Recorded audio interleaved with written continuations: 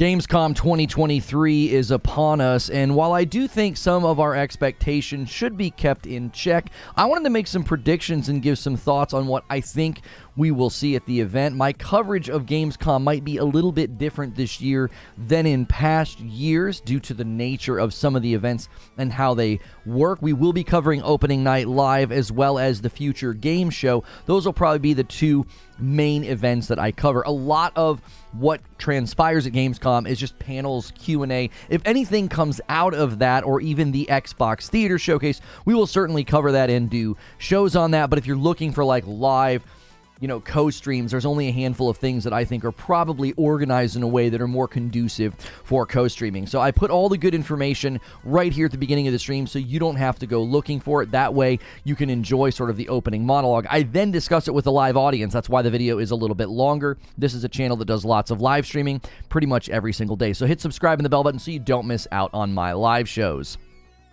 So Gamescom 2023 is here, and a ton of games have planned appearances. Given how the majority of the games were already announced, I wanted to give my own thoughts and predictions about what will be there and what we can expect. I also want to have a conversation about how we should expect video game marketing and events like these to change over time.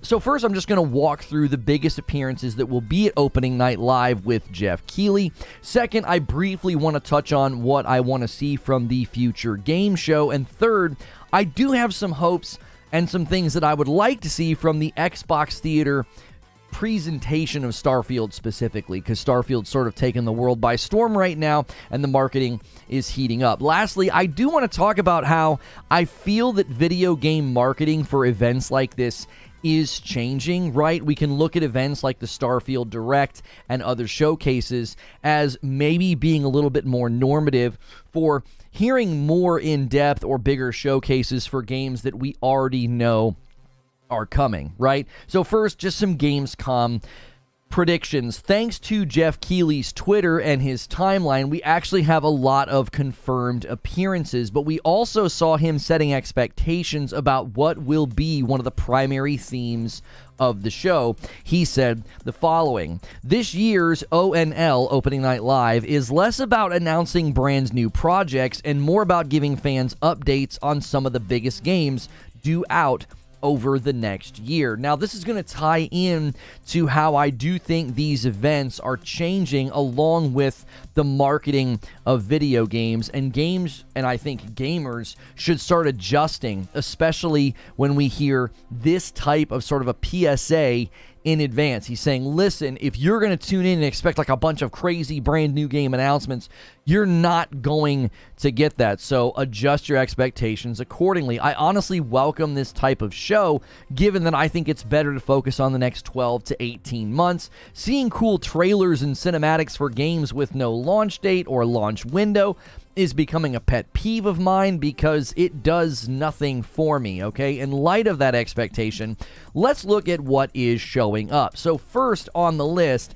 is an Alan Wake story trailer. Now, I would love to go to B-roll for every single one of these games as I talk through this opening monologue, but I can't have that many tabs open in YouTube, and I can't do editing on the fly. So apologies, I don't have B-roll of every single one of these games, all right? It's a good reason to tune in to Opening Night Live and watch my co-stream of it. We'll be able to watch this stuff together. Now, up to now, I have found Alan Wake 2 footage to look incredible. It looks very reminiscent of the RE engine, and I do think it really nails the tone. Alan Wake 2 releases October the 17th of 2023, so it's great timing. It's right around the corner. You're going to hear the word October a lot in this opening monologue. October kind of got jam-packed full of games, which is exciting considering how big this year has already turned out to be. Now, I love game marketing for games that are right around the corner, so I think this is going to be a great week for that, given that August is coming to a close and we're about to just set things off with Starfield in September, and then after that, there are a ton more games coming out. Now, second on the list for any Souls-like fans out there should be finally excited to get a new look at this game. There will be a new look of Black Myth Wukong. Currently, Black Myth Wukong is slated for a 2024 release, and given Keighley's phrasing, I hope this doesn't turn into a well, here's a bunch of games for the next 12 months, and then they all get delayed. I think containing events and announcements like this to games that have release dates in the next 12 months is more enjoyable to watch. Now, I do say this, there's the concern that you're going to show a bunch of games and set the expectation that, like, hey, these games are playable in the next year, approximately, and then Black Myth Wukong ends up not landing, right? We've heard rumors that it is a smaller team, that progress has been slow. So this is one of the games in the mix that I wouldn't put a whole lot of stock into Keighley's statement. I don't think it applies to every single game. Let's not be rigid here. I think he was saying generally most everything you're going to see is coming in the next 12 months or so. The third game on the list is Fort Solis. Now, this game has been described as like a Netflix series that you can binge in one intense session or play chapter by chapter like an episodic TV show. Now, I don't know if that speaks to the length of the game, like, how many hours is the series or each episode, right? This game actually launches this week, August 22nd. Of 2023, and I actually think the game looks interesting. It's almost like Dead Space if Dead Space was slower, had no monsters, and was primarily focused on puzzles, which is like, well, that's not Dead Space at all. There's just something about it that feels a little Dead Space, like exploring a space station that's sort of abandoned. You're trying to kind of figure out what happened, but it obviously is nothing like it at all. I'm being a little cheeky. That it's basically Dead Space without all of the death and the terror. So Troy Baker will actually be a part of this game's appearance at Opening Night Live. He, is in the game as one of the voice actors. So I would keep your eyes on Fort Solis. If Troy Baker's involved, I would imagine the story and the writing and the voice acting's quite good. This guy, pretty much only touches really good projects from what I have seen. Now, the fourth game on the list is Assassin's Creed Mirage. I'm on the record of thinking that this game will be good. I think Assassin's Creed Mirage will be good, but many fans are quickly going to learn why we left behind the old style of Assassin's Creed. I had a video uploaded about this. I said, I told you so. Basically telling people, you're going to come back and tell me I was right. You're going to get about 5 hours into AC Mirage and be like, yep, I realize why we left behind this stripped down game type. And I genuinely hope that I'm wrong, because I love Assassin's Creed games. I hope this game crushes it with the old format, being more stripped down, being more stealth. I'm just not sure if it has staying power, right? I fully supported the evolution of the series. Assassin's Creed Origins is my favorite. Assassin's Creed Black Flag was one of my favorites, and that was a big departure. So they recently bumped the release date for Assassin's Creed Mirage to October the 5th. They want to kind of jump ahead of the monsoon of games landing in October. So if you're wanting to get your hands on AC Mirage, it's coming a little bit sooner than originally planned. And buckle up, right? As soon as October hits, it's just a constant barrage of games. Fifth on the list is there's going to be a new trailer for Nightingale. If you're unfamiliar or you don't remember this game, it has kind of a steampunk vibe, and you can use cards to go to these different worlds, and you can build and sort of have like sort of a sim game experience a little bit with like building a settlement and stuff. But the real, I think, potential for this game is how the world creation, if it is in fact generated and formed by the combinations of the cards, to where the biome itself, the animals, the all those environments, if all of that is in fact sort of thrown together based off these combinations, I think this game shows lots of promise. It could be one of those kind of surprise hits. Currently, the game has no release window. It's just marked as coming soon on Steam. Maybe they'll use this as an opportunity to give us a release date or a release window. I actually think everybody should kind of keep their eyes on Nightingale. We've not heard anything about Witchfire. I've continued to tell people I think that's a shooter to keep your eyes on.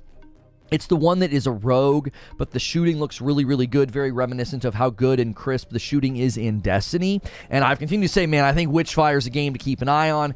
Maybe they'll make an appearance, maybe future game show. I know Witchfire's been at a couple of these events in the past, so maybe we could get a solid release date for that game as well. I believe they're going to be doing early access fairly soon. We'll see how that pans out. I know they really tried to approach the rogue in a different way, so maybe they're going to need to do some of that testing with the public. The 6th game on the list is a new look at gameplay for Crimson Desert. Now, this was one I had to go look up.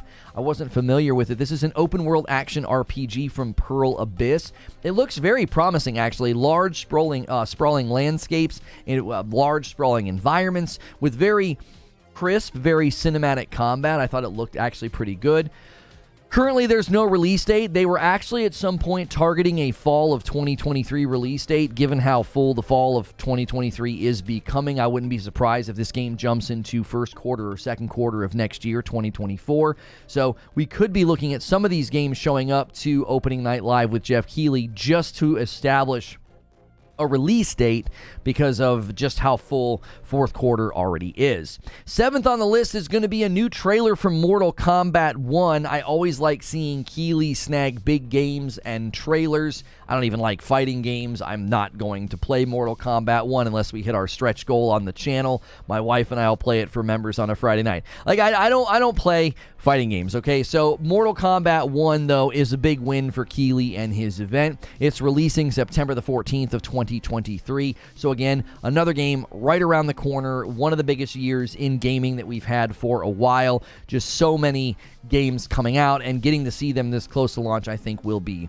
exciting. The 8th game is relevant given that I recently uploaded entertaining the question if you should start over in this game. There'll be a new look at gameplay in Cyberpunk 2077 Phantom Liberty, so be sure to check out my video. I have it upload right now. Should you start over? I read an opinion from somebody who has played the game quite a bit and has looked into Phantom Liberty a lot, and we sort of weigh the idea of should you start all the way over in Phantom Liberty, and if that's a question that you have, be sure to check out my video on that. I'm actually anxious to see if the gameplay in Cyberpunk feels better with respect to movement, with respect to guns. If they can land in a better place, those are the things that might help me maybe eat around all of my other issues with the game. Phantom Liberty releases on September the 26th of 2023, so September and October just absolutely jam-packed full. The 9th game on the list for Opening Night Live will be a new story trailer for Lords of the Fallen. I've continued to tell folks, don't sleep on Lords of the Fallen. This game, I think, could really surprise people. It could be one of the bigger surprises of the year. Maybe not like a Baldur's Gate 3 level of surprise, but a surprise nonetheless. I do think Lords of the Fallen has some potential to maybe even snag a Game of the Year nomination, even though that running is really, really tight. That game releases on October the 13th, 2023. So another one slamming it home in October.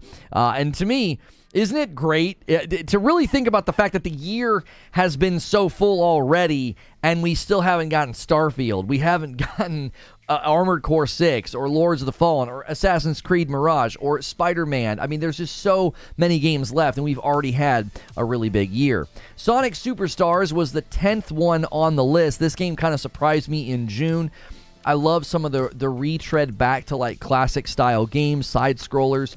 This one doesn't currently have a release date. There were rumors that they're looking at October 17th, so we may get a release date announcement. However, they may look at October and say, nah, we're not going to do that. That's good. We'll go, maybe a little bit later. So some of these games might get rolled over into November, given how full October already is. The last thing on Keighley's list is a Modern Warfare 3 gameplay premiere. I've already shared my own thoughts about how this is looking more and more like DLC, and we even have new info about the open combat missions and how they make up half of the campaign.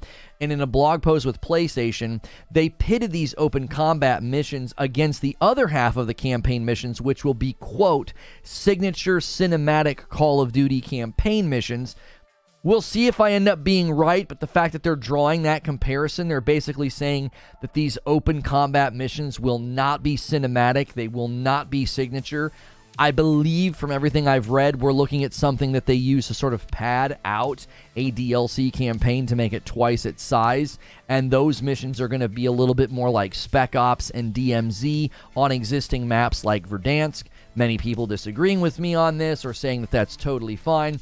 We'll see how it plays out with the community and the reception when they learn that, from where I sit, half the campaign is not going to be your traditional signature Call of Duty campaign. It's going to be a bunch of just not that impressive, non-cinematic missions on open world maps. And if they're not cinematic, I think that was one of the strong punches for Modern Warfare 2, was all the great cutscenes and great voice acting. The cinematic nature of MW2 is one of the reasons I actually really enjoyed that campaign. According to the devs, MW3, half of its campaign won't be like that. The only other thing we know for sure that will be at opening night live with Geoff Keighley is an appearance from Zack Snyder to premiere a teaser trailer for Rebel Moon, and then there will be one special announcement. I don't really have a guess for what it will be. Knowing Keighley, it could be a fairly big announcement. He has pull with some people and some companies, maybe something with Kojima. We're seeing pictures circling and past quotes that Kojima would love to work with Keanu Reeves. It's looking like Keanu Reeves might be in Death Stranding 2. We're seeing pictures of him hanging out with Norman Reedus, and we all love Norman Reedus, so getting Keanu in there with him could be pretty dope. I would love to see that. I love Keanu, even though I didn't like him all that much in Cyberpunk. I've always liked him, grew up with him, Matrix and Bill and Ted, and pretty much any other movie that came out back then. Even Constantine I really like. So cool to see Keanu getting involved. We also know that FromSoft likes to make appearances at events with Keighley. Okay, historically they've done some of their debuts at an event with Keighley, so maybe something with Armored Core 6. It actually launches this week, August 25th, so maybe they're there with something to promote it. I would not anticipate anything about the Elden Ring DLC until after Armored Core 6 has released. So if you're thinking, oh, FromSoft will be there, we'll hear about the Elden Ring DLC. Probably not, especially during the launch week of Armored Core 6. I would just expect that to be the focus if, in fact, they decide to show up. There's a strong possibility that Spider-Man 2 would make an appearance, since it's coming out in October, like everything else in the world, it seems. And since it is games that we already know about and games already coming, it'd be a perfect time for PlayStation to make sure they have some presence at opening night live. That wouldn't surprise me at all if we see Spider-Man 2. Maybe something from Nintendo. Super Mario Wonder releases October 20th. Another October game that is likely to be a big hit, maybe even a Game of the Year runner, because it's Mario after all, and might be there as well, given that release window is right around the corner. Now, very quickly, I do want to talk about Future Game Show. Just like Keighley's events, we are one of the official co-streamers for Future Game Show. They have us on their list. They send us stuff. It's awesome to be included and involved with them. I've always liked the Future Game Show. I think they're one of the smaller shows that does a very good job, actually, with, they'll get two hosts, and they'll kind of go. Troy Baker is involved. So excited to co-stream that and watch that. Now, they announced via Games Radar, the Future Game Show at Gamescom will take place on August 23rd, featuring over 40 games on PS5, Xbox, Switch, and PC. The 70-minute broadcast will feature exciting world premieres, the return of our VR showcase, and a ones-to-play section dedicated to games with playable demos. So that is everything that's going to be at that event. I'm actually looking forward to this. I hope they've got some good VR to showcase. The whole PSVR 2 has no game narrative got absolutely obliterated on Twitter with actual facts, research, and, I don't know, games that have come out.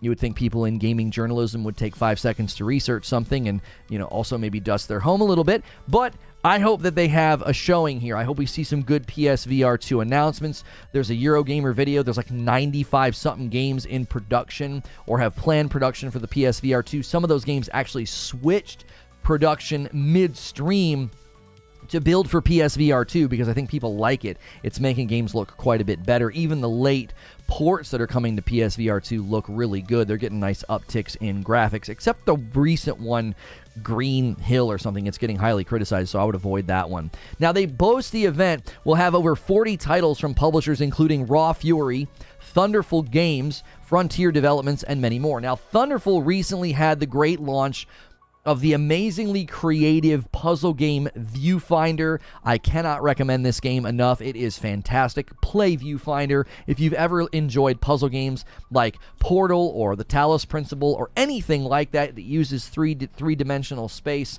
you must play Viewfinder.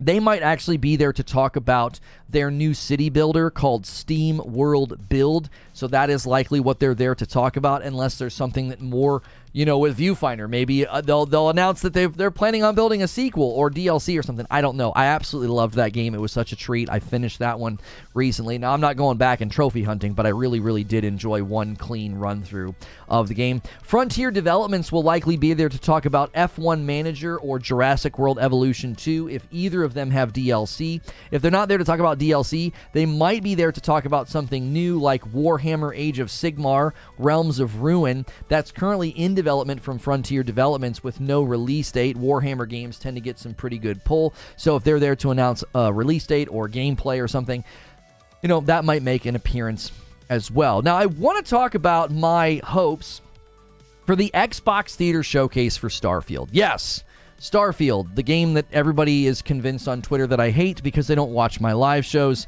Close to 50 live shows, almost all of them positive.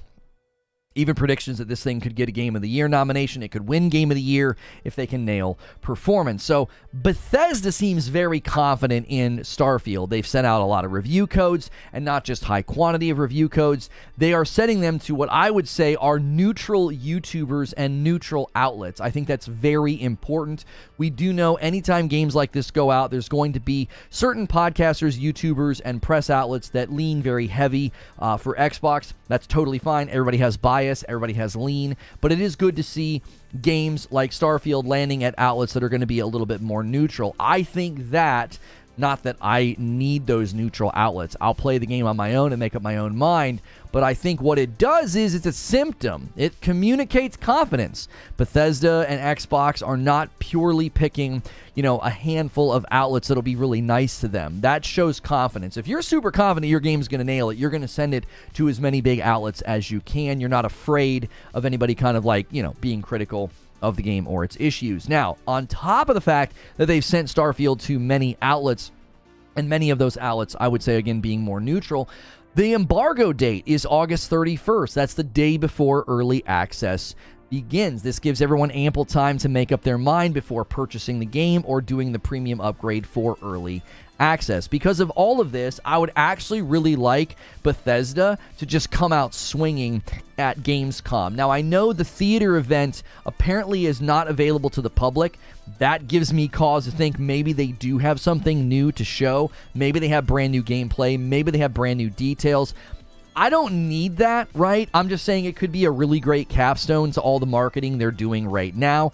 I told folks at the beginning of August not to worry. I said Bethesda's going to turn up the heat halfway through August. I don't think Microsoft's going to sit idly by either and not market this game. It's a very popular game. It trends every time somebody, farts on Twitter about it.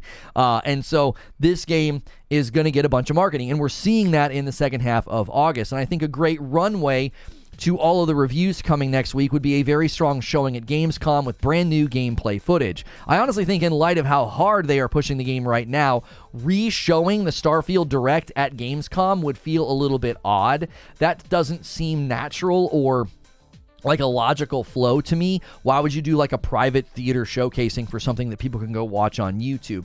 Now, last year, Gamescom 2022, they just brought the footage they had already shown. There was some confusion. They posted a blog post saying there'd be new footage. Then they adjusted it to say it would just be the existing footage, and then they took the post down because I think at the time when that happened, they knew the game was too far out. They didn't want to show too much, so they were kind of keeping their cards close to their chest. Well, there's no reason for that now, okay? The game's basically a week away. Everybody's excited. Everybody can't wait. And, show us more. Do more right before the press starts talking about it. I think that'd be a really smart move. Now, lastly, I want to talk about why I think video game marketing is changing, and subsequently events like Gamescom are also changing. More and more gaming marketing seems to have made a reversal of something that they did in the past. Now, some of this started before the, the sicky situation where everybody had to work from home and, games got delays. So it was harder to detect that this was happening actually 3 years ago because we heard about a bunch of games and then they all got delayed. So it kind of felt like, oh, that's that traditional marketing cycle of the gaming world where we hear about a game and then the game doesn't come out for a couple of years. I think more and more companies are shrinking the marketing windows for their games. I've always sort of championed Todd Howard's approach with, hey, the game's coming out in 6 months. He said in an interview he'd like to do it in, within a 2-week window.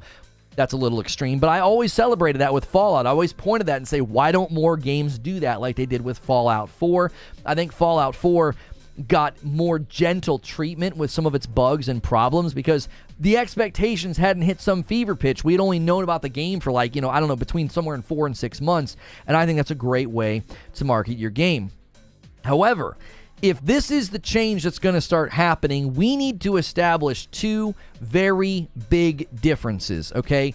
There is a massive difference between a press release that a company puts out to announce a game and to start to land talent, like they're trying to hire people. That's not the same as a huge showcase or a trailer or a marketing push. Oftentimes, I think we who do YouTube, watch YouTube, get on Twitter, get on forums, right? We are so plugged in, we forget to realize that sometimes these companies are not talking to us, okay? They're not talking to the general public. A simple job posting will get fans and outlets and YouTubers spun up into a flurry of excitement. Well, what's the job posting and what are they going to be required to do? There'll be entire videos on that, okay? I actually think we're going to see more and more in the coming years people latching on to things like this, little breadcrumbs, little job postings, because I think game companies are going to start to go quiet. They're not going to announce things as far out. So you're going to learn about games first from a press release or a job posting. I think a good example of this was when CD Projekt Red announced all of their projects for The Witcher. They were not really done in a way that was like this big marketing gaming event thing with trailers, okay? They were trying to hire talent for their projects. They announced they were moving everything to Unreal 5, and then they announced all these projects for The Witcher. I think it's important going forward that we draw a distinction between these two things. So will Gamescom be some crazy flurry of big game announcements? No, it's not going to be. The expectation has been set ahead of time. Will people get angry and complain and say, oh, we already knew about these games, already knew about Starfield or whatever? Yes, of course, probably. There'll be plenty of people that say that, and I think that these people should be ignored. Ultimately, I think it's better for the gaming culture and community to switch from how it was in the past, where they would hype everybody up with some big new game announcement, and because it takes so long for the game to come out, you either get disappointed by the fact that it gets delayed a bunch of times, or they end up having to shove the game out before it's ready. Shrink the marketing cycles, let teams have the time they need, we'll get better games, and I think the excitement for the games will be more enjoyable and not something that's always soured with doubt and skepticism. In my opinion, it is time for a new era in gaming, and hopefully it's starting this week with Gamescom 2023. So let me give you my thoughts and my conclusion. Gamescom's shaping up to be a solid week of new info, new gameplay, maybe even some release date announcements, and I'm totally fine with that. 2023 isn't over yet, and we still have a lot of big games left, which feels crazy to say in light of how big the year already was. The fact that I can list a really long list of games that still haven't come out, and I probably forget some, is incredible, because if I list games that already have come out, I'll end up forgetting some. So 2023 is shaping up to be a really, really great year. Don't let people sour your enjoyment of events like this just because they're ravenous for new game announcements and nothing satisfies them. The second thing I want to say is my expectation for events like this is changing, and in my opinion, for the better. Games are getting bigger, which means the projects and the length of time to build them will take longer. That inevitably means they cannot keep announcing games like well before the public should see them. Like, here's a great question. Where's Beyond Good and Evil 2? Okay, that's a great example of a game you shouldn't have said anything about it, because who knows where it is? Who knows if it'll ever come to fruition? My conclusion is this: if Gamescom helps further the notion that video game marketing is changing, then I hope the industry and the community adapts. Big announcements can be more of a surprise than an expectation, and honestly, that makes them more effective and memorable. Some may disagree, and they might say that no, the marketing's not changing, or oh, this isn't better, or Maybe they want to go back to the announcements of games 4 and 5 years before they come out. Well, from where I sit, the gaming world has already changed. The question is, will we change with it? And that's the show open. Thank you so much for being here. You guys are the absolute best. And I am really excited about this week. I think we're going to get some good looks at some good games. And there is just a litany of titles that still have not come out. There are some launching literally this week. And then there's September. And then October is so full, we might get some game delays. I don't want to say it. I don't want to put that bad juju out there, but October's too full. E-Man did it with 14 months of membership. It's a VIP plus. Much love, Lono. Excited to see how Gamescom turns out. Shelly with 3 months says, I predict there's a good chance Judas shows up. Helldivers 2 feels possible as it is PC. Also, PSVR 2 usually shows up. Hoping for Behemoth details. Thank you guys so much for the strong start. Already 100 likes, almost 700 people here. We should easily have 200 likes. Smash that thumbs up button. It helps this video find more people. If you're watching the past broadcasts, do your part as well. Leave a comment, hit like. It helps more people find the video. If you're here right now, let's start off the week strong. Let's get our 25 gifted members. Let's get some coffee orders going. I'll turn the coffee alert on. If you guys order any Reforge roast, we'll have the light roast very soon. John always says, I'm first. I'm first in line. He starts the gifted member train right away. If anybody wants to jump on, click the $sign at the bottom of the chat. You can gift one member for $5 and pull somebody into this great community. Jay Stubbles has been a member for 21 months, and he says, exciting week for sure. Hey, wait, Jay Stub. Hold on. What you poking your head out? What's going on? Huh? What's going to be there? What do you know? Huh? You take that bad juju and you toss it. Listen. I just think companies are going to look at October and say, holy frick, we got to get out of there. Let's just bump. Isn't Judas the one that kind of looked like BioShock? Isn't that the one?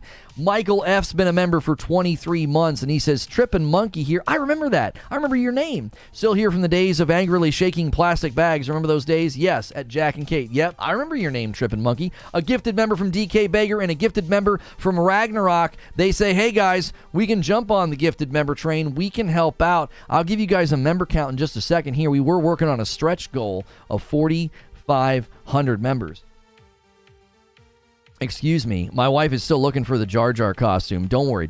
You guys will get your Jar Jar costume. You guys are at 4,083. You're really close to 4,100. So you're basically only about 400 members away from the stretch goal, which is just insanity. They can't bump. They'd have to get their games out before Black Friday. You don't think you could see some games land in November, Eugene? Early November, mid-November, before Black Friday? Dade says, thanks for the membership. If you guys have ever gotten a gifted membership before and you can afford to pay it forward, consider paying it forward. You can gift a member for $5 to somebody else. If you've been enjoying the fruits of being a member, this last Friday night was a hilarious stream with my wife and I. Such a fun conversation, so many good laughs. And it's just one of those things that I actually think you guys are missing out if you don't turn in Friday night. And then we played Moving Out 2. Let's do that. Let's close that. All right, the emails went out to tell you guys this is a great time to be a sub and a member here. You guys are the absolute best. Appreciate you all being here every single day, gifting those members, keeping things going. And thank you guys so much for supporting the channel. And also, I appreciate you guys that have been hanging out in the Discord more and more lately. Thank you for doing that. Is there a huge AAA game coming after October? I don't think so. J-Sub's really going to come in, say that, and dip out. Yo, what's good, Web Dave? I see you in the chat. I'm dying to play Baldur's Gate 3 for Xbox. I hope they can give us news on the Xbox update there. Haley, I'm not sure how they're going to do that. I know I want everybody to be able to play Baldur's Gate 3 because it's such a good and successful game. Personally, that's a subject for another day. You're going to crack open a whole can of worms that I don't want to mess with right now. State of Decay 3 still hasn't been revealed. How early was the devs in development with this game? Listen, Slave to the System, that's another game that I think they just showed it too early. You know, listen, I don't even think we want that anymore. I think people think they want that, but you don't want that. Showing me a cinematic trailer for a game, and then for like 3 years, 4 years, you say nothing, there's no point. There's no point to that. When did the first State of Decay, it's State of Decay 3, right? Yeah, State of Decay 3. State of Decay 3 announcement. When was that announcement trailer? How long ago was that? 3 years ago. It was in 2020. Like, what purpose does that serve? It was July 23rd of 2020. It's on the Xbox channel with about 800,000 views. I just don't understand that I see Grum's tweet about the Starfield title screen. I have a video today about the Starfield title screen. I don't know what's going on I even touch on the whole Twitter blue problem. I think we're about to face a real problem over there, and it's you guys think clickbait on YouTube was bad back in the day. It's about to be 1,000 times worse than that ever was. And I talk about that in today's video, so make sure and watch that video today. A premiere about the Starfield title screen drama because Bethesda responded. The whole thing is it's gotta be one of the dumbest things I've ever seen in my life. I posted the frickin' screen, and some guy's like, "Can't believe you're out here hating on the screen." I'm like, I swear you guys have brain damage that war all day on Twitter. My tweet literally said, "I dig it. I dig it. I think it looks good." And some guy replied and was like, he acted like I was hating on it. I was like, I don't understand. You literally have brain damage, bro. What's happening? What's wrong with the world? Oh, I'm choking on the BS. Unbelievable. So make sure and watch that video today. On the topic, though, of trailers and coming out too soon, listen, there are people that are going to argue up one side and down the other. They're going to say, oh, no, dude, I think that's great. I want to see, a bunch of game announcements. Remember when the PlayStation Showcase happened and everyone was like, yep, Sony doesn't have any games. Sony doesn't have any games.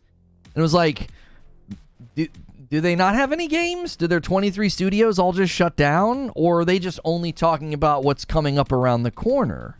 Does that make sense? Like, what good does it do you to see a Fable trailer at the Xbox Showcase if Fable is 2 or 3 years away? Like, what does that do? What's it do for you? Now, it gives you confidence in the brand. It might give you confidence in buying an Xbox or getting on Game Pass. So I definitely think there's an element of we've got to update people on what we're working on. But I, for one, would much rather them say nothing. If the game if it's out farther than like 18 months, I don't want to know about it. I don't want to know about it. It doesn't serve any purpose. I said the same thing about one of the games I'm really looking forward to, which is Hellblade 2. When they showed the Hellblade 2 trailer, and then like a year later they showed another one, and the guy was like, yeah, we're not even in full production yet. I was like, huh? What? Why are you promoting the game then? Wait, you're a couple years out minimum? And you're out here showing a trailer? Why? Listen, if the marketing switches and we get less of that, if we get less of like, look at this amazing cinematic trailer. When's the game coming out? We have no idea. I just don't care about that anymore. You can tell me it exists, but other than that, I don't give. Who's excited for Armored Core? Yeah, I'm excited to try it out and die a bunch. Haley says, I hate seeing games that aren't coming out within the year. It drives me insane. That's what I'm saying. I've completely changed. I'm like, no, bro. Just show up with what's coming. That's why I hated what PlayStation did. When PlayStation was like, here's this game called, oh, what's it called? I don't even remember what it was called now. Fair Games? Is that what it's called? Fair Games. Oh, okay. What is it? What do I do? When is it coming out? Do you have any gameplay for this showcase? The root word being show. You're supposed to show me something. You didn't show me any. It's not announcement case. Tune in for Announcement Case 2023, where we just announce a bunch of things. Fair Games is coming out, and here's a cinematic trailer. Oh, Concord's coming out, and here's a cinematic trailer. Shut up! I don't care. I don't care about that. Yeah, Beyond Good and Evil 2. I gotta push this button. Hang on.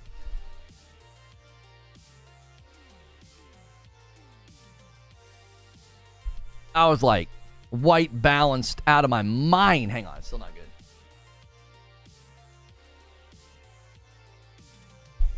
I forgot to do that this morning. I was like glowing. I was like, what is happening? I actually got a little sunburnt. You can see it on my neck too. I got a little sun, right? Everyone was celebrating on Twitter about me not getting a coat. I was out in the sun doing soccer. I was coaching 2 soccer teams, and then I cleaned my grill, and then we went to the fair, and then I actually bent over and touched some grass. No, I didn't do that. I don't actually do that. Who wants to touch grass? Stop stroking the back of my ear. Lono just touched us. Like an ASMR stream. Like I'm like reaching behind. Excuse me while I go watch Concord again because it's a vibe. I don't care if it's a vibe. Listen. You may not agree with me, and that's totally fine. I don't want to see trailers like that. I don't. Now, I'm okay with a trailer like that if you're like, tune in on this date to see more. They did that with Star Wars. My brain just ran away from me. Is it Rebels? No. What's it called? Outlaws. Star Wars Outlaws. There's so much Star Wars content now. Like, you just pick a name. Rebels is a thing. It's a TV show, isn't it? Star Wars Outlaws. They did that with Star Wars Outlaws. They showed that cinematic trailer. That was actually a pretty big win for Xbox to have that during their showcase. And they said, tune in during UB Forward, and we'll show you more. I'm totally okay with doing that. With saying, here's a... And personally, this is how I think they should do it. So for the PlayStation Showcase, what they should have done is they should have shown the Concord trailer like a week before and said, tune in during the PlayStation Showcase to see more. The fact that you forgot that's crazy. There's too many games, Brooklyn. There's too many. There's so many games coming out this year, and then we had all those announcements as well. Cut me some slack. I'm getting old. All right? Yeah, I forgot about Prince of Persia. There's another great example. If that's all they show beyond fully reveal and have an year release date, I'm fine. They just announced the existence of the game. Right. And I'm okay with announcing the existence of your game. I'm okay with that. Announce the existence of your game, but not during a showcase. Like, don't get everybody's attention. Be like, everybody gather around for the showcase. And you drum roll, you know. And you're like pulling on the sheet and you're like, floom, ta-da! And they're like, what's that? And you're like, well, that's a piece of paper. Hang on a second. We have an announcement to make. We're making a game. It's like, that's not a showcase. What was underneath the blanket was a cinematic trailer. Come on. I think announcement trailers are totally fine. I don't like them at showcases. If you're going to do them at showcases, maybe have like one. Just one. Right? Like when they did Wolverine. It was like, okay, cool. We knew Spidey was close at hand. But like, okay, you did Wolverine. Like if they would have done like one cinematic trailer for Indiana Jones, I would have been like, oh, that's totally fine. We know what Indiana Jones is. Pretty recognizable, iconic franchise. Okay, cool. You're announcing you're making a game like that. I just don't want a bunch of it to be that. Does that make sense? Like, I want to be able to walk away and say, okay, 80% of what I saw is coming out in the next 12 to 18 months. And then anything after that was just like, gravy on the top. Just some cool, exciting announcements on top. They don't need to make up the bulk of the meal. I feel like a lot of the times you go to a showcase and the bulk of the meal, at least in the past, was nothing but gravy. It was like, none of this is substantive. We can't do anything with this. This is not a meal, if that makes sense. Parasita says, reposting, with the PSA about not expecting new game announcements but updates instead, this seems like a good move for gaming as a whole. Instead of shotgunning games every year or two, do you agree that the heavy hitters should slow down and focus on the quality of work instead of the quantity? Listen, are you slandering gravy? Oh no, I'm going to upset all of the... No. Here's the thing, Paris. I touched on this in my show open. I said... games are inevitably getting bigger, okay? They're getting bigger. And because they're getting bigger, I would estimate that then the projects are also getting longer. They're getting longer. And since the projects are getting longer, it makes more sense to not say anything. Do you see, like, a great example... You can say it, gravy aficionados. I was going to say fatties, but sure, gravy aficionados.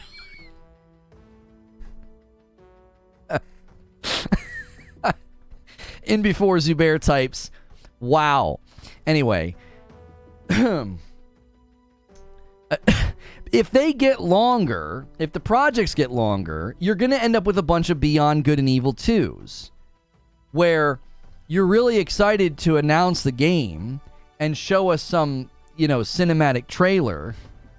And then, where's the game? When did they announce Beyond Good and Evil? When was that? When was it? Beyond Good and Evil 2 announcement. When was the first one? When was 6 years ago. 6! Do you understand? Why, bro? Why? 6 years ago. Oh, here we go. In June of 2017, bro. That's the dumbest thing. That's absolutely dumb. I don't... Is this gravy discrimination? Can you imagine every single game doing that? Hey, we want to get the word out. We want to get the word out about our game. Let's announce it. When's that game ever coming out? I have no idea. Can't believe Lono forgot the day before releases on November the 10th. Oh yeah, sure it does. Uh-huh. Yeah, that game, if it ever comes out. Dead Island 2 is another good example. Yeah, that from the time that they announced it to the time that they came out. Paris says, to me it seems like a lot more games are releasing while also being bigger, but more lower quality in substantial ways. It's rare to have well-polished finished game like Baldur's Gate 3. Well, I think that's indicative of a handful of things. Mick D09 with 19 months and a VIP, smash the like button. So this is what I think has happened with gaming over the years. This is what I think's happened. I think traditionally, and this is why it's good we've moved away from this, I think traditionally people thought we got to go to E3 and we have to make an announcement. That's the only time people really pay attention to the gaming world in mass. That has changed dramatically, okay?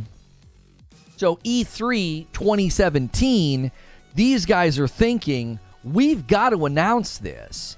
Sure, it's 5 years, 6 years away, whatever. But, dude, we've got to announce right now. And what it led to was, you guys know this is true, they would announce games so early that by the time they came out, they had dramatically changed, were nowhere near as good as they originally promised, and you could tell they were just like, we got to ship the game, we got to get this game out the door. We've been marketing it for, for 5 or 6 years. So if you look at like Watch Dogs, The Division 1, even if you look at the delay that happened to like Destiny and how early we knew about that game, just those marketing cycles, in many respects, they happened way too early. Good morning, Lycian and Humble Stone and Wired Rope over there on Kick. Game media's transformation in the last decade alone has been insane. So, yeah, Cyberpunk, great example of a game that they announced in, 2013, and then, 7 years later it comes out. It's not even the same game. It's not. It'll go down in history as one of the biggest rope-a-dopes ever. What? This is nothing like what you promised us. What in the heck? Cyberpunk was announced during an era where you got to go to E3, you got to make your announcement, you got to wow everybody, and then the developers get into the trenches. 5 or 6 years goes by, and they're like, this is nothing like what we thought we were going to be able to do. So now, fast forward to today. E3 is not just gone, but companies now seem a little bit more inclined to do their own marketing throughout the year, or their own events. The biggest ever, rope-a-dope. Rope-a-dope it's a boxing technique. You trick the guy, basically, and then slam him. You could say it was the biggest, what's the other phrase we use for these? I can't think of the other word that we use. It's not sleight of hand. It's where you market something and then you change it to the last second. I can't think of the phrase. My brain is not cooperating with me this morning. For some reason, my brain went rope-a-dope. There's plenty of times in marketing where like they say, this is what you're going to get, and then you don't. You get this thing over here instead. You could call it sleight of hand. You could call it a shell game. There it is, bait and switch. I couldn't think. Bait and switch is essentially isn't that essentially what a rope-a-dope is? I used that correctly, did I not? Isn't bait and switch and rope-a-dope very similar in what they do? I have to look up rope-a-dope now. Rope-a-dope is a boxing fighting technique in which one contender leans against the ropes of the boxing rings and draws non-injuring offensive punches. Really? So that's what he did. Pretending to be trapped on the ropes while the opponent expends energy on punches that are blocked. Oh, okay. So yeah, it doesn't work as... It's not exactly bait and switch. It's not. It's a form of trickery. It's a form of fraud. You trick the boxer into thinking they've got you, right? Ali did this a handful of times in pretty historic fights, okay? So rope-a-dope doesn't really apply. Let's say bait and switch. Bait and switch is better, okay? There you go. History lesson on the man, the myth, the legend, Muhammad Ali. And a technique that he used. Dylan with 18 months. Thank you so much for doing a membership that long. Mick D09 did a 19-month VIP. We got a bunch of renewals. Guys, 3 gifted members out of 25. Get that going over there. You guys are about 400 away from the stretch goal of making my wife and I play Mortal Kombat 1 when it comes out. You don't want to miss that. So the point was, if you look historically speaking at that style of marketing, it led to a lot of bait and switch. Now, the question is, was it intentional bait and switch, or was it more systemic? Right? It was like, well, you announced and made your devs slice out a piece of Division 1 or Watch Dogs. Like, you made your devs push out something for Cyberpunk so early that bait and switch is unavoidable. Like, I don't think that they willfully went to these events like, we're going to trick everybody. And they're like rubbing their hands together, because I guess that's what evil people do. They do this a lot, I don't know what they're doing. Subconsciously washing their hands because they're dirty. Did we just psychoanalyze that? Maybe we did. Anyways. I don't think they went to these events and said that. Oh, we're gonna trick the public. Yeah, Anthem, another good example. I think it was more systemic. It was like, no, you go to these events, you got to wow the crowd. That way, everybody remembers your game. So when it comes time to buy the game, you were in their brain 3, 4, 5, 6 years ago. Okay. Pobody's Nervic with 11 months of membership, and it's a VIP. Welcome back in. So, yeah, Anthem is a good example. Yeah, Anthem, Watch Dogs, Division 1, Cyberpunk. These are all great examples. Okay, these are actually the worst offenders. We can admit that this happened at smaller scales with other games all of the time. All of the time. That's not what we expected. That's not what you showed us. This is not like what we saw, right? So if you look at the passage of time as we've shifted away from that, 2020 was supposed to be the beginning of shorter marketing. They announced a bunch of games that were supposed to be coming out that year and the following, and none of it happened on time. We all know what happened, okay? We all know what happened. We don't need to talk about it. Global situation, everybody's working from home, and games are getting delayed. Fast forward 3 years, I think we are now seeing what they tried to do in 2020 is actually happening. They're like, no, we're only going to market games that are close at hand. We're not doing this 5, 6, and 7 year marketing cycle anymore. It's stupid. It doesn't work. Big O with 20 months of membership. Best content creator ever. Even better community. Love you guys. Thank you so much. Here's the thing. I learned about something this morning that I want to start bringing into these discussions on a regular basis. And the lawyers in the room are gonna hear this, and hopefully I don't misrepresent it. But it's called a BPL, a burden probability analysis. And what you do is you weigh the burden of not doing something against the probability analysis of pain, basically, of loss.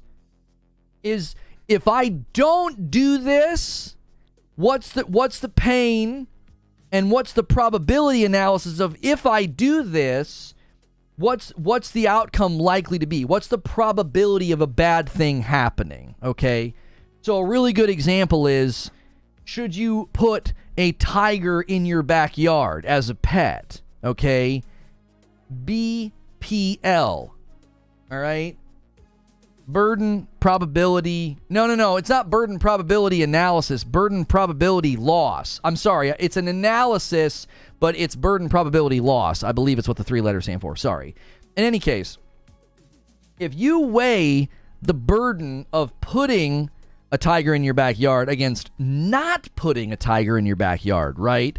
The burden of not doing it, you're like, oh, there's not really any problem. I'm not going to have a tiger in my backyard. But the probability analysis of it going into your backyard is it's going to kill me or somebody, okay? So, if you do a BPL, burden probability loss analysis, I think, if you do that before an event like this and you say, what's the potential burden or loss of us not saying anything?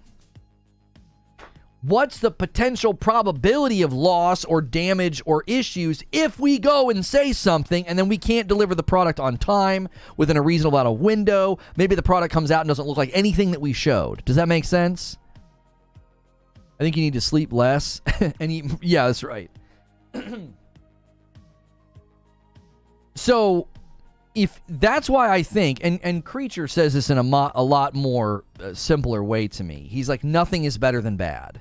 When we're weighing whether or not we do a show or whether or not we do an upload or whether or not we do a whatever, he always says nothing's better than bad because he's doing a burden probability loss analysis. It's like, well, the burden of not doing it is not as painful as putting out a bad video that's either not properly researched or sloppy or riddled with mistakes or something. Does that make sense?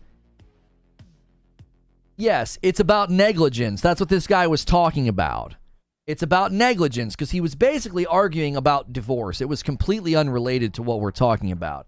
But he was basically saying, like, you can legally define negligence if you can prove through probability analysis that doing this will cause way more harm than not doing it.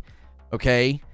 Through probability analysis, if you're like, if I put a tiger in my home, probability analysis would tell you there's a really high likelihood of him causing bodily harm or death to someone. The burden of not doing it, there's no risk. There's nothing at all. So that you would legally be able to say that was negligent. You had ample information to know that putting a tiger in your home was going to lead to damage to, persons or property. All right. So when you look at the marketing of video games and the history of what's gone on for the past, 15 years, and you do a BPL and you ask the question, is it better for us to not say something? Or is it better for us to say something? There's a probability analysis that would say, if we say something, we run the risk of saying it too early. That can harm consumer trust.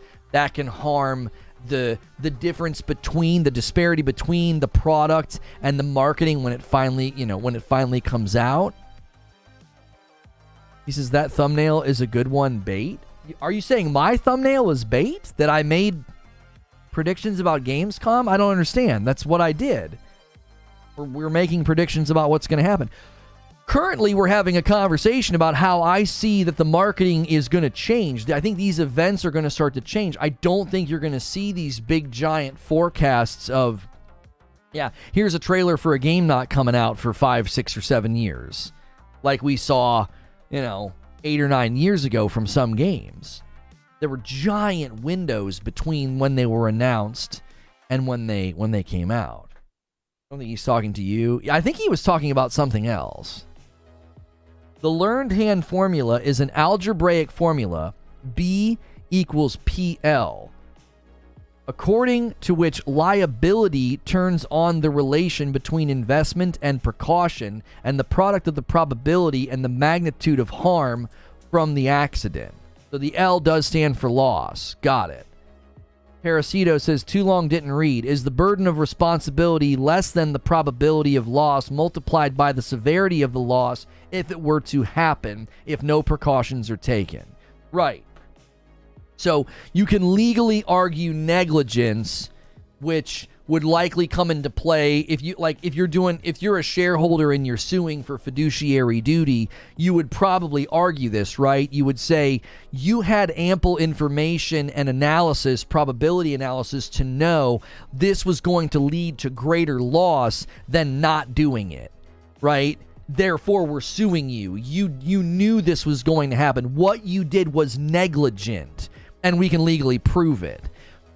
I'm not saying we need to legally prove anything with video game companies. What I'm saying is as a video game company, as a publisher, as a developer, if you're doing any type of BPL, you're doing any kind of analysis, you're going to start to realize there's far less risk to just not say anything until we're ready.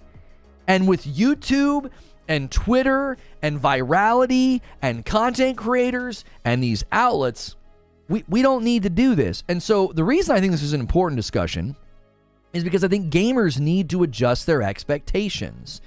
You're not going to walk into a Gamescom or a Tokyo Game Show or a Summer Game Fest or the Game Awards. You're not going to walk into those and just get a barrage of new game announcements. You're just not going to. I think you'll see the lion's share of new game announcements typically happen in the summer. I think that will continue. But I think a lot of those new game announcements are going to be games that are closer at hand. And I actually think that's better. I think it's better for the games. I think it's better for the community. I think it's better for the developers. I think it's better for everybody involved. If you show something people are disappointed, don't show, and people get worried about problems in development, really can't win either way. That's a good point, Dave Rick. That's a really, really good point. Guys, do me a favor. We're an hour into the broadcast. We definitely need a ton more likes. We should easily have 400 likes by now. Take a few seconds and smash that like button. Take a second and give some members Take a second, give some members here. Let's get this going. We haven't missed this since November of last year. We're on our way to hitting a streak. We're on our way on a stretch goal as well. A message from the Mushroom Kingdom. Please take a look. Oh yeah, the guy that does the voice of Mario is retiring. Is that what I heard? I want to talk about what Dave Eric is saying. Dave Eric, right? I want to talk about what Dave Eric is saying.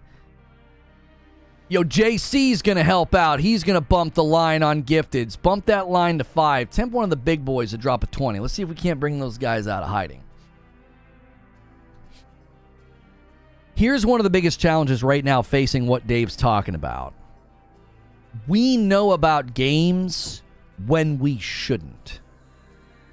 We know about video games when we should not. And the reason for that is very basic press announcements or job postings. And all of a sudden it's like, oh yeah, there's a game coming out about this and this, and it's coming from that studio. I can't frickin' wait.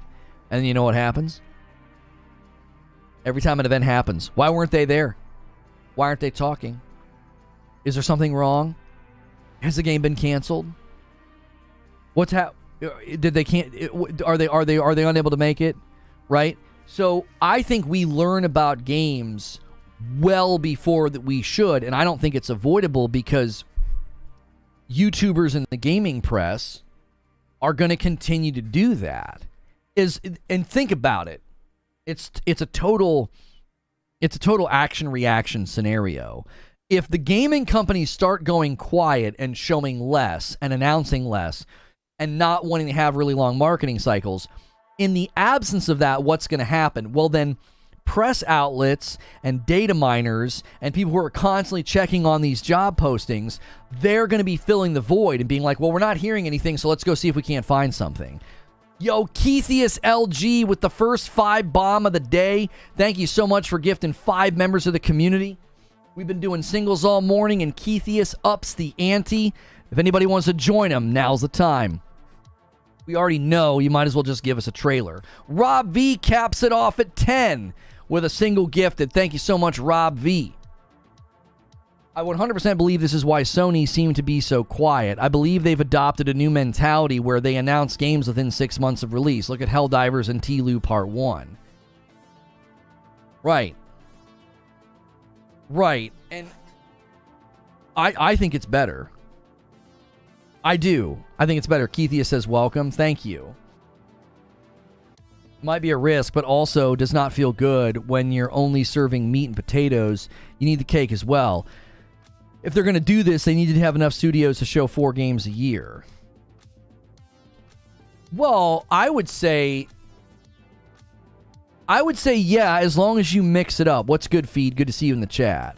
I would say as long as you mix it up. I'm okay with the showcase being, 75%. Here is stuff that's coming. Here's stuff that's within the next 12 to 18 months. And then you can do like a smaller percentage of the show reserved for, like I said, like if they would have done a cinematic trailer for Indiana Jones just to announce that they're making it. That's totally fine. I think it's totally fine to announce, your next big thing or your next big iconic thing that you're doing. You just can't have that be the majority. And I think the big dilemma facing events like Opening Night Live, the big dilemma facing it is everyone's going to watch and say, oh, we already knew about that. We already knew about that. We already knew about that. We already knew about that. That's generally what it turns into. People get really angry. They're like, well, we already heard about this game, so apparently after that, they're not supposed to talk about it. They're not supposed to advertise it anymore. They're not supposed to show up to any game events. They're supposed to show up one time and then never again. Next big info dump for Starfield will be Gamescom. Dead silence till the 31st. Yeah, we can talk about that a little bit. I said in my show open that I think Bethesda is showing really, really strong confidence in Starfield. To the point that I think it would be a really good idea and almost logical for them to come to Gamescom for this theater showing that they're doing and bring something new. And use that as like, that's your runway to all the reviews. Because somebody said that the press is only going to be able to go to this theater thing. So maybe they're allowing the press, maybe they're going to hand them all B-roll or something and say, or maybe new info and say, hey, yeah, you guys can have at it. You guys can go and, talk about this, write articles, whatever. And then that's your runway to all the reviews landing on the 31st. I think, and I said that earlier this month, I said I'm not concerned at all about Starfield's marketing. They're going to heat things up in the middle of the month, and they have done just that.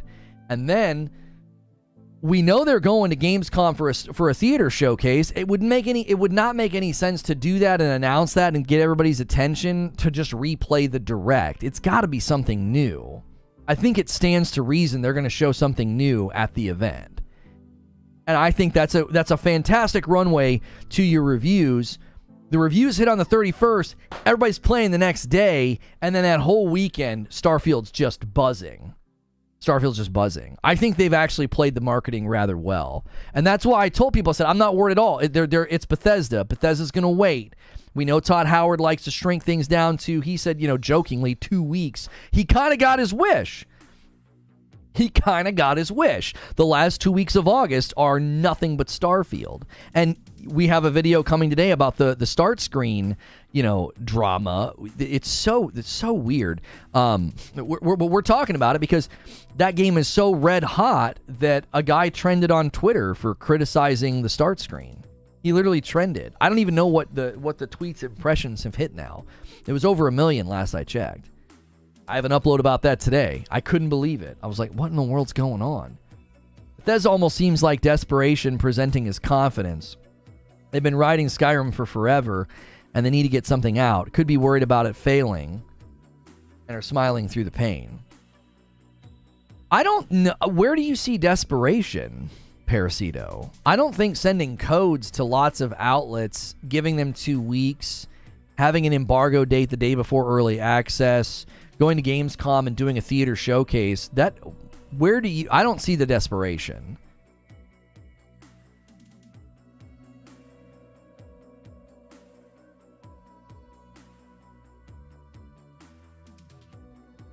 Not just a guy who was a failed developer.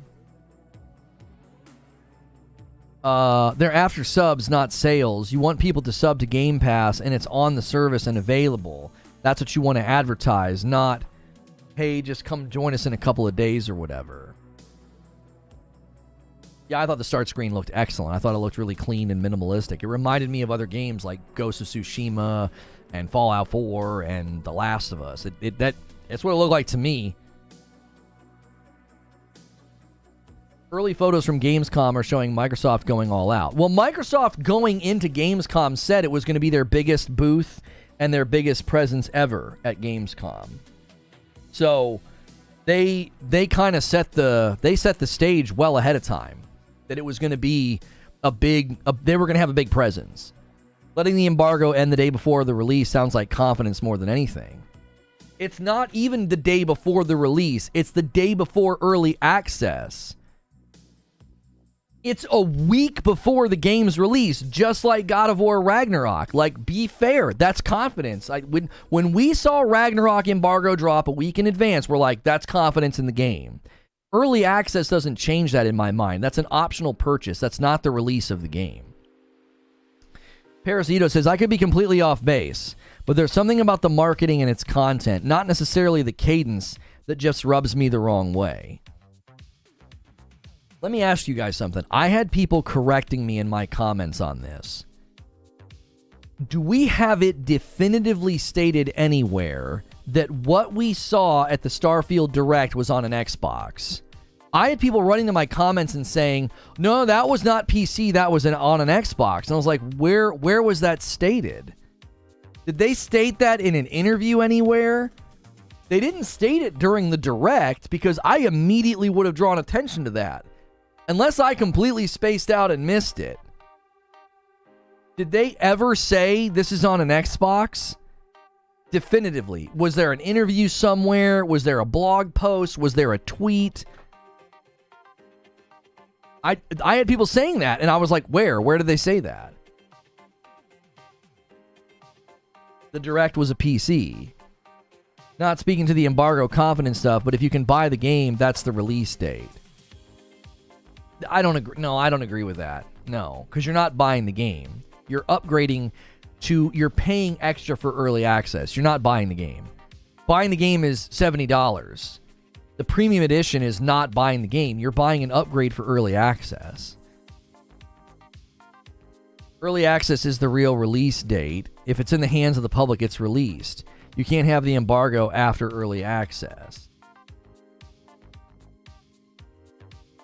Right, but I don't agree with that. I feel like we're shifting goalposts. I do. I feel like we're shifting goalposts. That's the release date is the release date.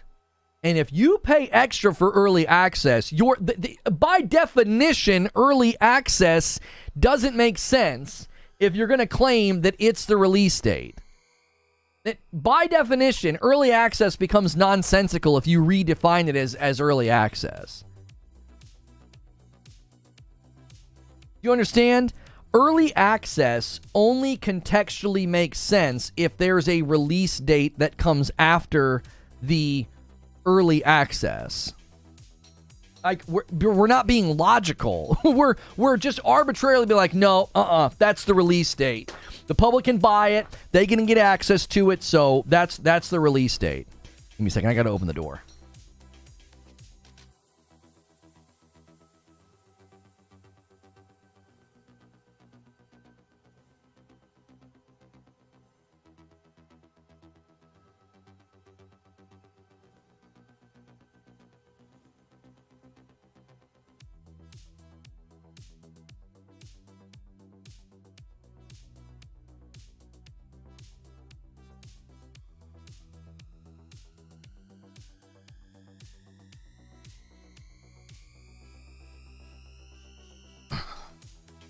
Early access equals beta access. It's pretty simple.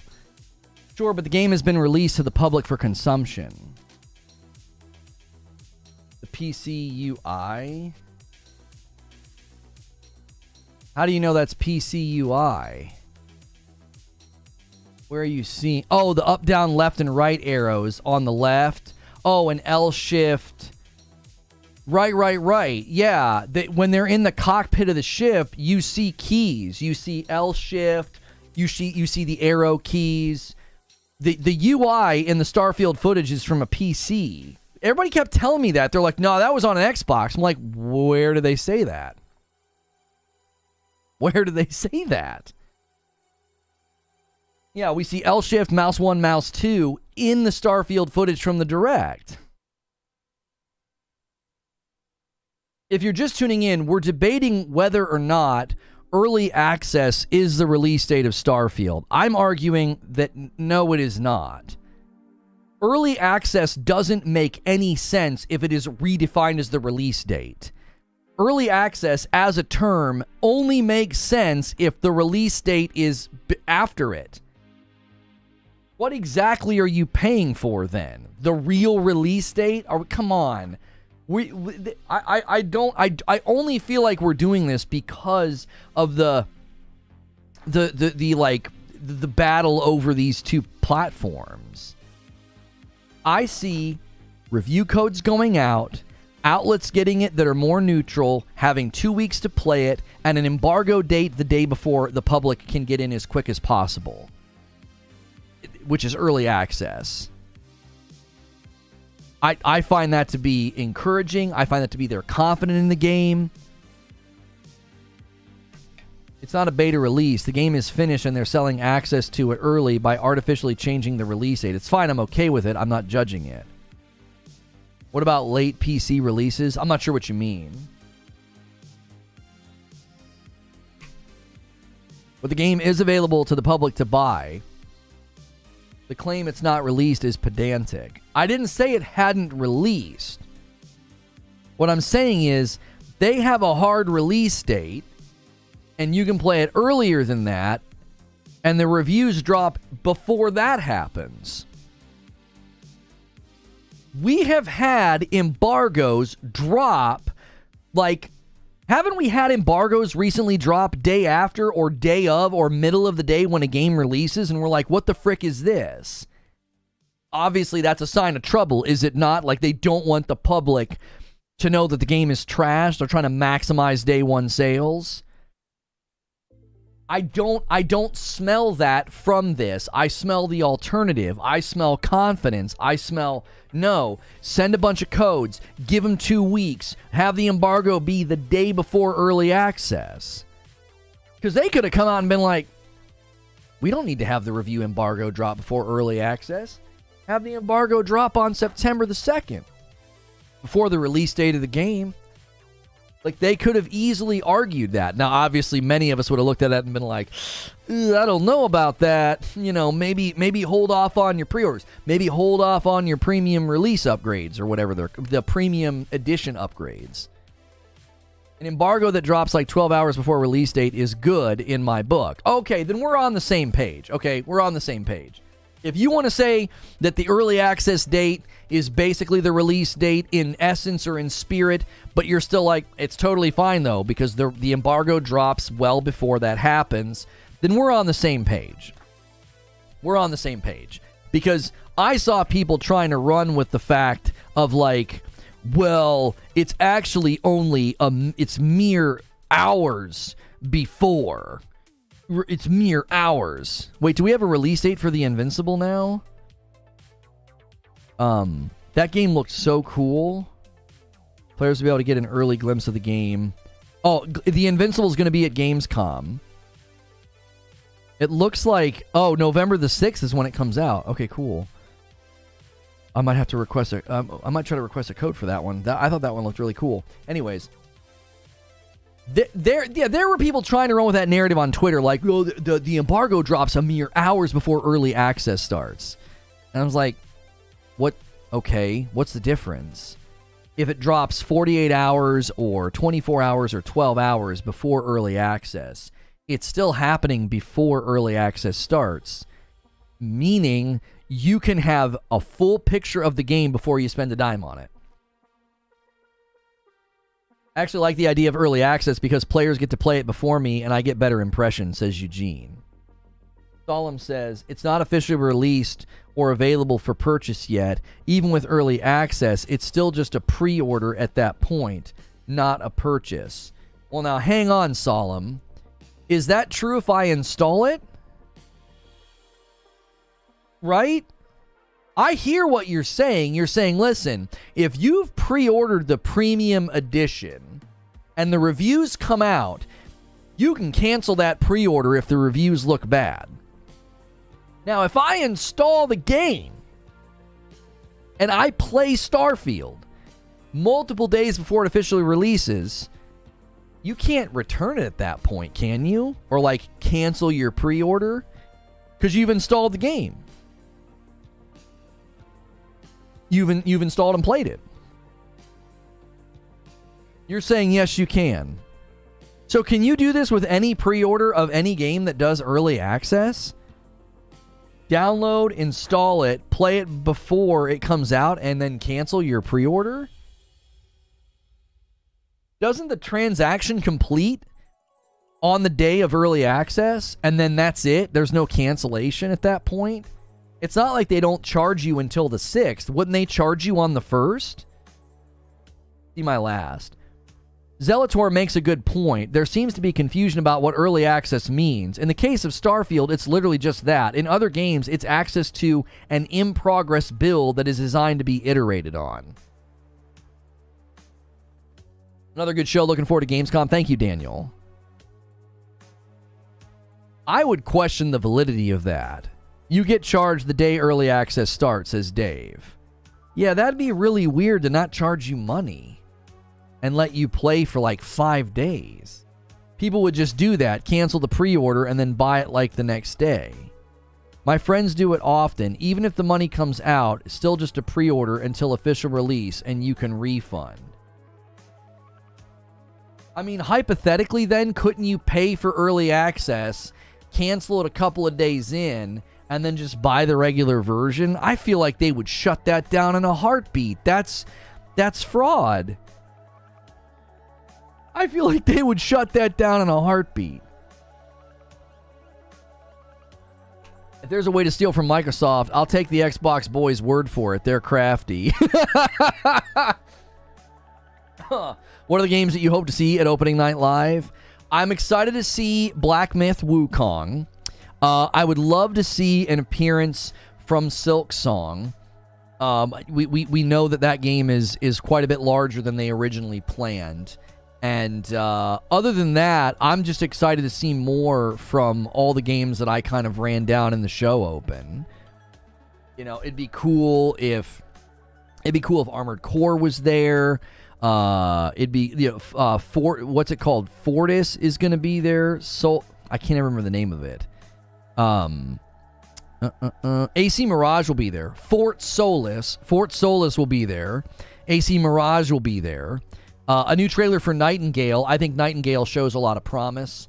You know, guys, we may have been put on the YouTube gaming live show runner. If you've never been here before and you clicked on this video for the first time ever, this is Reforge Gaming. We do a daily interactive live talk show like this, Monday through Friday. I am safe for work. Many people treat me like a video game podcast. You can throw me on in the background of your day. We also do uploads, so make sure you hit subscribe so you can talk in the chat. If you're enjoying the show, click the like button. Those are free ways to help out the video and the channel. You could consider becoming a member by clicking join and the $ at the bottom of the chat, or you can gift members by clicking the $sign at the bottom of the chat. And every 25 members, I gift 5 back to the community to say thank you. I have a premiere coming later about Starfield and the Starfield start screen that caused a bunch of drama on Twitter, and I'm going to weigh in on it. I'll gift all the members during that premiere. I think Silksong has gotten bigger than what the devs envisioned. That's what it sounded like when he tweeted that one time. Solemn says, you can usually keep those items. Every game is different, but it's tied to your game account. Just how you play games and you don't own the game through game sharing, but you still keep the items from those games even when you don't own them. Well, I would not encourage anybody to do that because I feel like that to me sounds very fraudulent. And, you know, I would say that's dishonest to pay for a game to get early access and to try to cancel it before the game launches and then still keep all of the stuff and buy the game anyway. I would never encourage anybody to do that. I think that's a terrible way to treat games and the devs. And the idea of like doing everything you can to not give a company your money, even though you're going to enjoy their product. I find that to be real scummy, and I don't like that attitude in gaming. It's one thing to be frugal. It's another thing to be like manipulating systems for your benefit in order to not give money to a company, and you're still going to try to enjoy their product anyway. There's an element of theft there that I'm not okay with.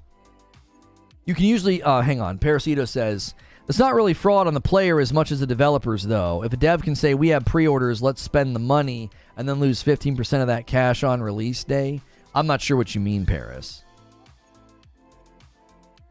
Look at it this way, early access is only for a finished product that has a release date. I'm not encouraging it, just making an argument why early access and the full release just because you can technically play it. Oh, you're drawing the distinction between early access and the full release in light of what you can actually do. I understand. You're saying early access is not the full release. Got it. Game Pass makes this worse. Refund the pre-order and then play it on the sub. It's like the guy who made $250,000 by stealing doors from Home Depot and returning them to another location. How is he stealing doors? Like, I understand stealing something small that you could, like, you know, put in your pocket or carry next to you. Stealing doors? What, he just puts it on a cart and walks out and no one questions it? They're like, yeah, that's Ted. Yeah, he just really loves doors. I don't know how. He never pays for them. Does anybody ever question that? Yeah, he comes in every Tuesday. He takes all of our maple inlaid doors back there. Yeah, I don't know why. He just really loves them. And then there's another Home Depot that's like, where are all these doors coming from? We have too many doors. There's not enough room. We're going to have to take the doors to the other Home Depot. Yeah, the one with Ted, the guy who keeps buying all the doors. They don't care and no one stopped him. They're not supposed to stop you. Oh, no, I know they're not supposed to stop you. He bought high-end doors and returned them without receipts, likely for higher credit. Oh, my gosh. It's easier to steal something obvious than something small. I'm just going to go to Home Depot and just load a washer and dryer on one of their little flatbeds and just walk it out. And be like, see you guys later. You're not allowed to stop me, right? I get like halfway through the parking lot and the cops would already be there. Like, you really didn't think this through, buddy. You're barely walking, you know? You got to pick something smaller. All right, put your hands behind your back. I miscounted how many doors I needed in my house. I seem to have bought 12 too many. I carried a one, and I only needed a door, and I for some reason bought 12. I don't know what I was doing. I wanted to compare them all, so I bought 12 different types. It's really my wife's fault. She's really picky, and she made me buy 12 doors and put them up at different times of day. She wanted to see them in all different lights, light settings, and you know how it is, my guy, right? Yeah. So anyways, I need about $1,000 back per door.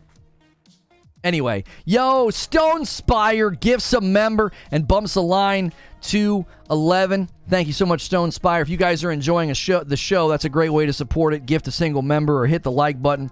Especially if you've gotten gifted members in the past, you can pay it forward to somebody else. He doesn't even buy them, just off the shelf and straight to the returns desk. Oh, is that what he was doing? I've heard of that too. I've heard of people doing that, right? That's why a lot of places are being more stickler with the receipt. That's crazy. The things I learn about doing this show. Dodd1 over there on Kick says, yo, thanks for clicking follow, man. We're just a couple followers away from 400 followers over there. I mainly stream on YouTube, hanging out with like 700 something people over on YouTube if you prefer YouTube, but if you prefer Kick, thanks so much. Make sure if you're watching on Kick, hit that follow button. Consider becoming a sub over there. We get a really good split on Kick. We do generally push the members on YouTube a whole lot more, though. Daily member streams, Friday night member streams, you know what I mean? Can you check out my friend's band? No, I don't do that kind of thing.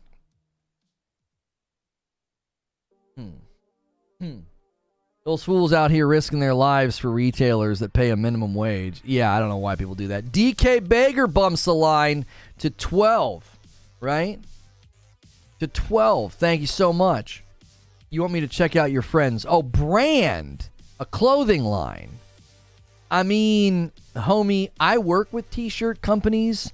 You just send me the stuff. If I like it, then I'll promote it with a code. If you give me a little scratch back on a commission, or you want to pay for integration. So you got to email me about that, though. Email me, Lono at Reforge Media. I used to work at HEB Plus, basically like a Walmart, and there was a woman in a wheelchair that grabbed a large TV and scooted her way through the store, out the door, across the parking lot. Cops pulled her over at the other end of the parking lot. Can you imagine pulling over somebody in a wheelchair? Like, what's that feel like, Ma'am, could you please pull out? Please slow down. Pull over to the side of the sidewalk. You walk up to her. Do you know why I stopped you? She's got a freaking TV in her lap. Do you know why I stopped you? We've talked about this, Judy. You can't do this. Why does Lono always make business about money? Oh my gosh. Anyway, we're so far off subject. Let's go back to Starfield. That's more of like a centrifuge, and that's where our upload's going anyway. And we're going over to the upload in like 45 minutes. Do you guys think they come with new stuff? New footage, new info, right? Or do you think they're just gonna show B-roll, or the direct, or where do you land with that? She'd have got away if it wasn't for the weight of the TV. You scratch my back. What? I'm not sure what you mean.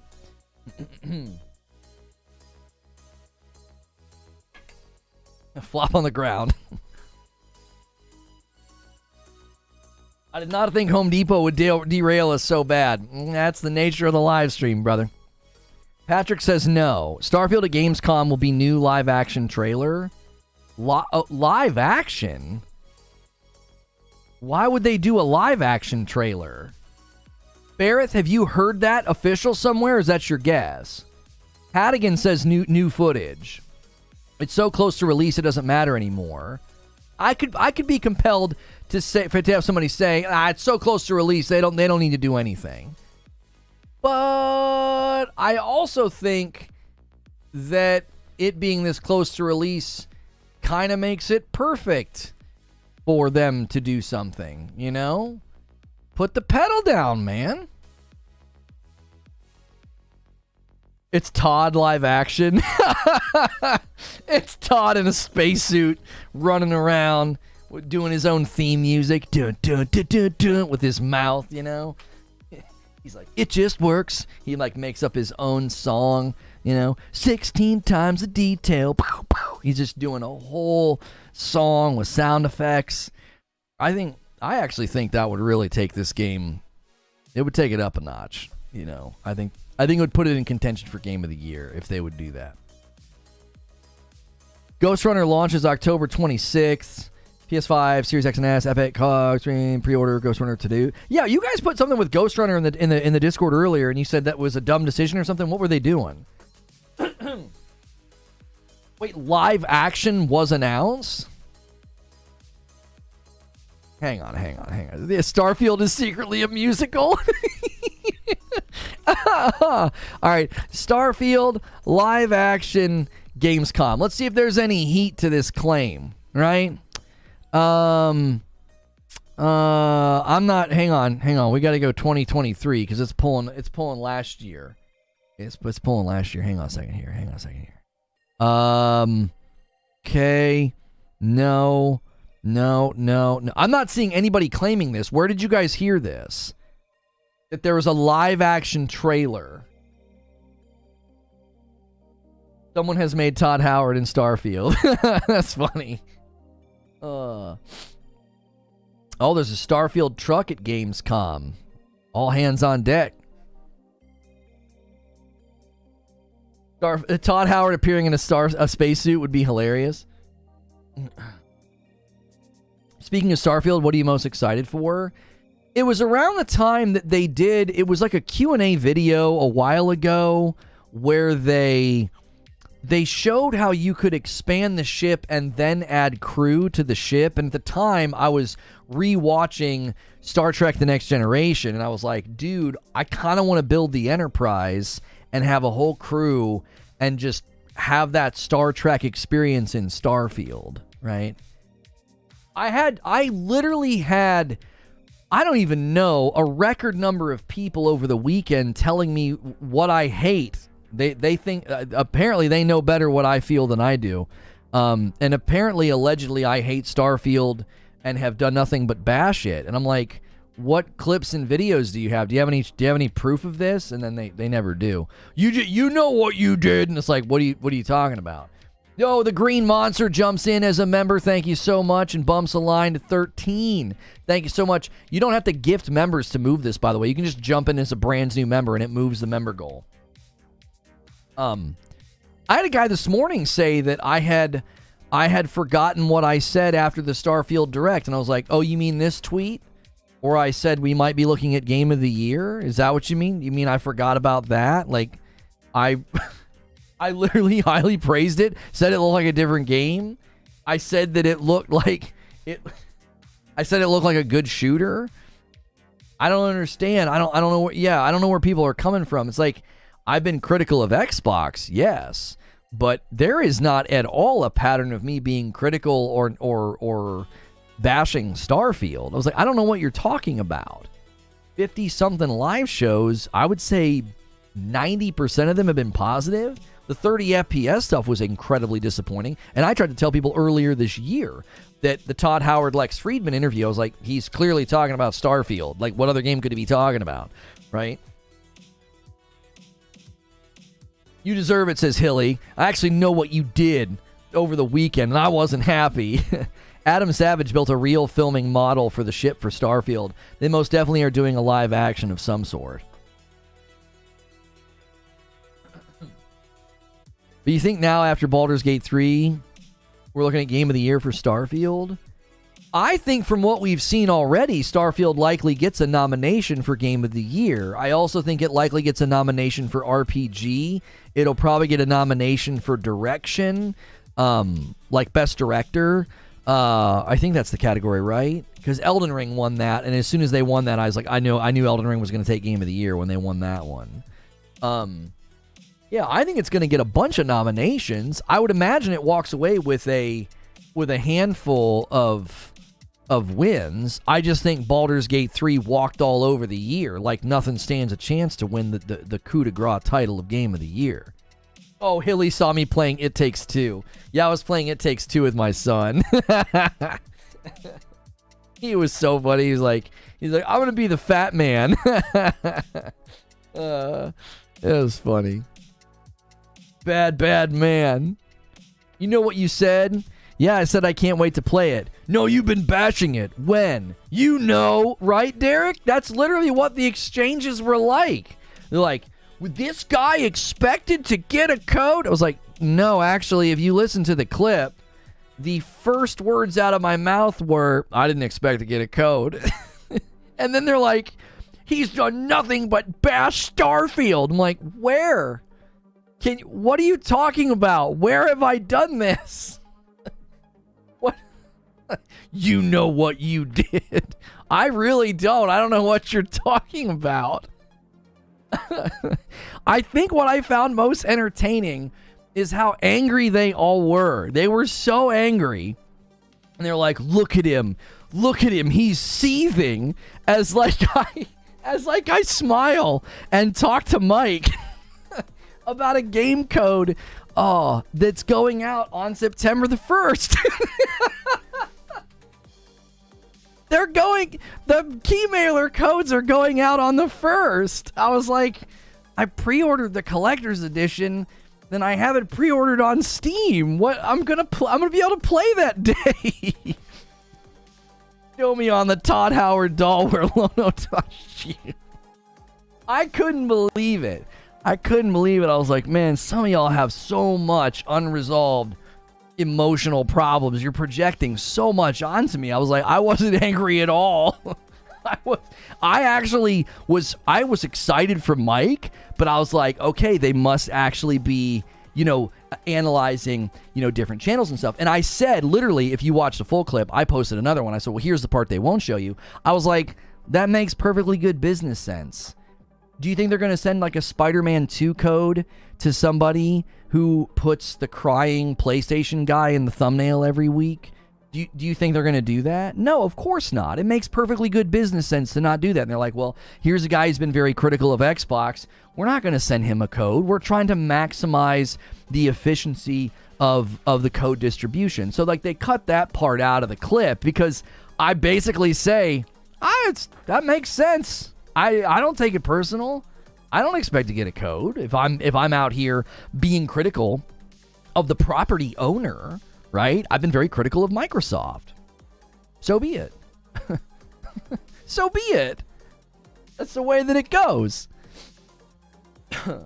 Dreamcast guy getting a code I don't get. Well, I think when you're of a certain size, sometimes they do override it and they say, well, yeah, let him cover it. I actually find that encouraging that he got one. I found his reaction to the Starfield Direct, I was surprised that he was being like kind of nasty. He was like, yeah, he was like talking over. He's like, can't wait for all those empty planets. I'm like, settle down, bro. settle down.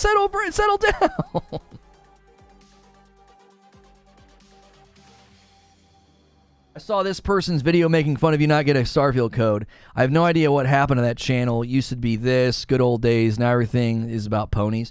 Thanks for 11 months and a VIP. Yeah, I mean, it's just one of those things, true SSJ. Like, I think people ride waves, they ride content waves. And when you're getting clicks and you're getting people to, react and enjoy and like, I think there's a meta right now of, I don't know what I would call it. We would call it, I guess you could call it like salt, like where they're basically farming clips of other people and trying to rip them up or be salty or whatever.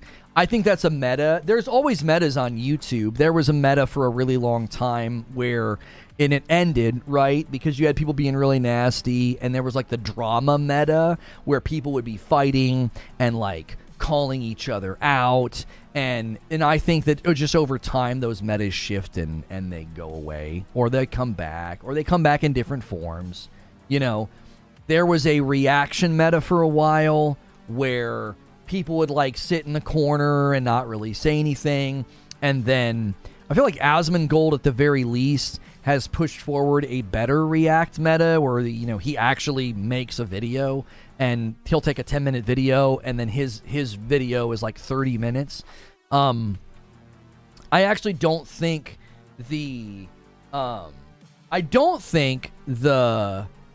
reaction meta has settled yet.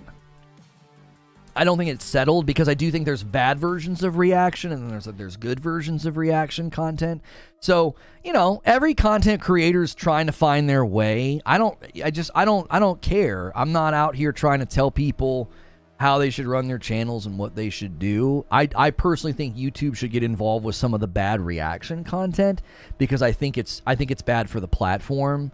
I think toxic content's also bad for the platform. I think it fosters, I think it just fosters bad behavior, which is then it drives good users away from the platform. I think we've seen this in other platforms where it gets a little too Wild West. They've actually noticed that in gaming. They've noticed that bad actors will drive consumers away, which is why they're willing to like permanently ban people. And I think you could say similar things about YouTube.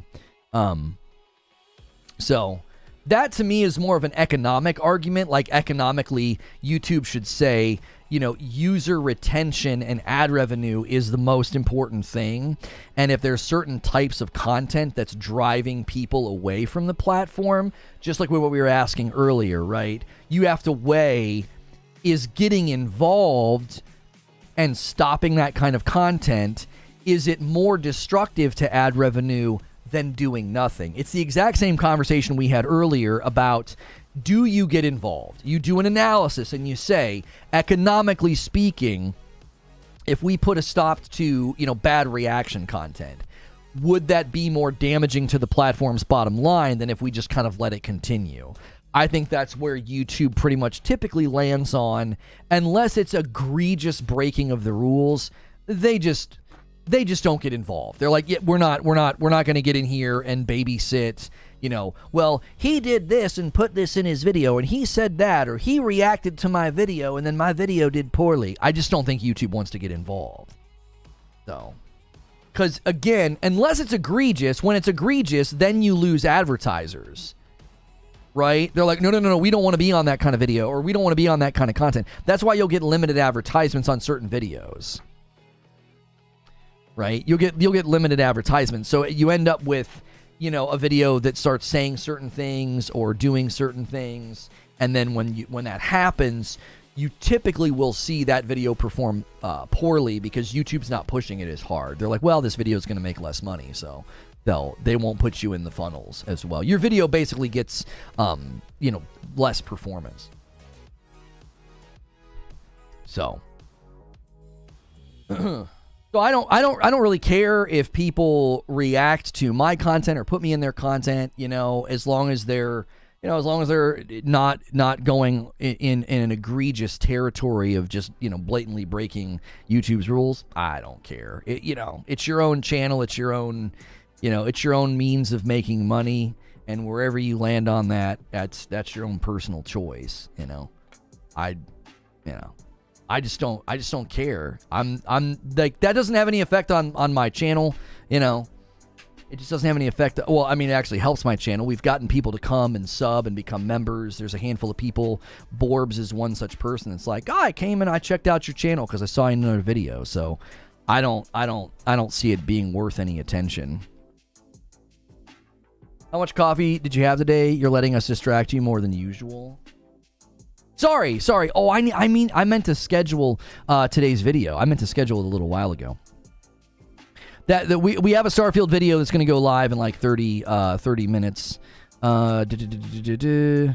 And I'm going to schedule it now. What's today? The 21st. And we are going to be co-streaming, guys. We are going to be co-streaming like Opening Night Live and Future Game Show. I don't think we'll co-stream any of the other festivities this week, mainly because it turns into just a lot of downtime and like listening to people do panels and stuff. Now, if anything comes out of the Xbox theater thing that they do, we will obviously cover that. We'll obviously say, hey, this news came out or this info came out. We'll definitely cover that. But I can't co-stream that because I don't think that's viewable to the public.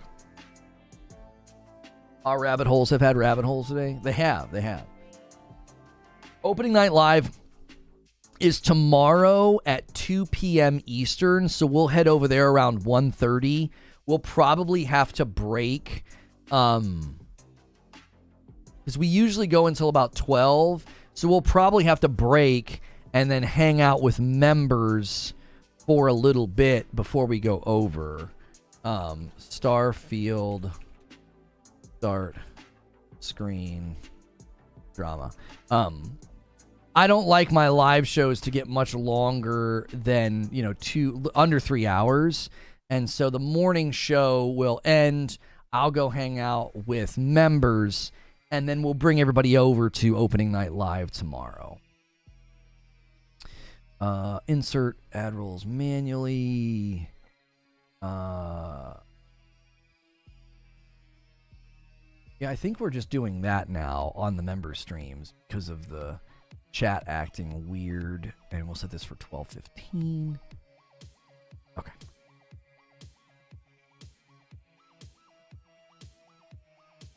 And then the last time I did this, eligible members with notifications turned on will be notified. Moderators who aren't members of this channel won't be able to access members-only live streams. I really wish they would change that. It just seems like such a... I don't know. That just seems like such an obvious thing of like, I'm okay with them, getting in. Tomorrow's full. What else is happening tomorrow, Eugene? Is there something with Armored Core tomorrow? The start screen tweet got a lot of impressions. I wonder if that's how popular Starfield is. Well, this is something that you're going to want to watch my video today about. And this is something we can discuss in the members only debrief. That's a great reason to become a member. Because I do think that there's a significant problem with the way that platform's going to turn, with that kind of content. So make sure you check out my premiere that goes live in like 30 minutes. We're all going to go over together, and we're all going to check it out.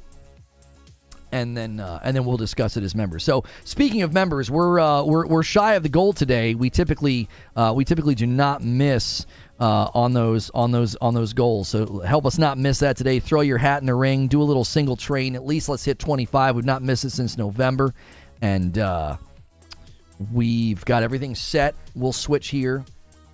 Final shape. Oh, at 12 East. Okay. Twitter revenue. Yeah, we can talk about that in members only debrief. Isn't Kyle Bozeman or Bossman hosting Opening Night Live? I would assume that would be Keighley. Isn't Keighley doing it? Hey, Parasito says, come on, boys. We can't let this sit.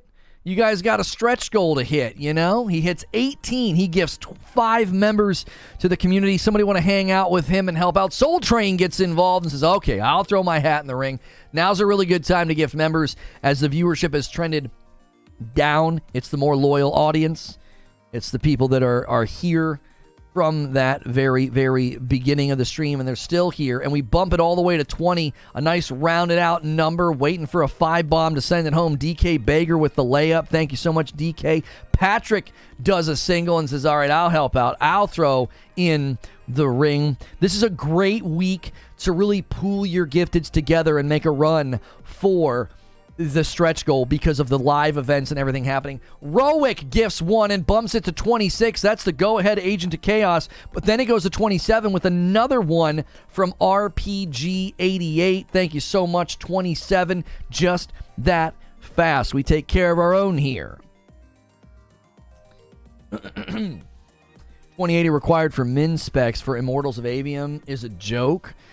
With all those particles flying around, I'm not surprised at all. Yo, Fat Lump gifts 1 and bumps the line to 28. We have a single gifted member train going on. Get involved. The internet sent me here to see Lono, the Sony pony, hating on Starfield. Imagine my disappointment when all I find is reason, argument, and optimism for the game. I feel conned. I know. It's so weird to have people clickbaiting my content. Like, that guy just bashes on Starfield. You're like, oh, I'm going to go see what he's saying. I'm like, yeah, I think it could win Game of the Year. I think it might get some nominations. I actually think it's really awesome. I'm really looking forward to the game. I've done like 50 live shows on it. And you're like, wait, where's all the hate? It's almost as if people are liars and smear merchants because they don't have integrity, and that's the only way they can get clicks and attention is by compromising on their morals and their ethics because they've hollowed out their soul some long time ago, and now all that matters is little clicks on a screen. Okay, these are just new Amazon order emails. 3 more likes to 400, says Xanatos. He says, come on, let's round it out. I came here to see you get super angry over Pixars. Pixars. I was reading Wayfinder. Is Wayfinder... I tried to play it, and the 2 times I tried to play it, I couldn't get in.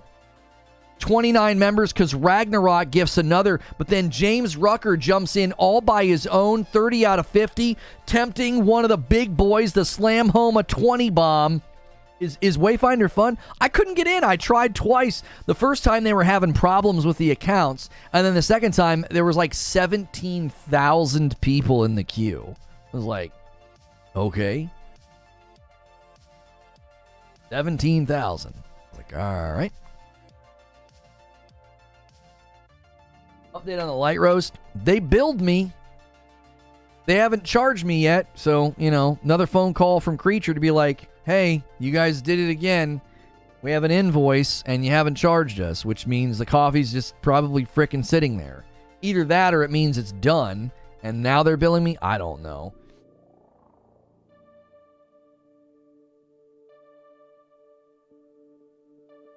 Lono's history on Xbox was just a long con to come off as neutral. That's right. I anticipated all of this.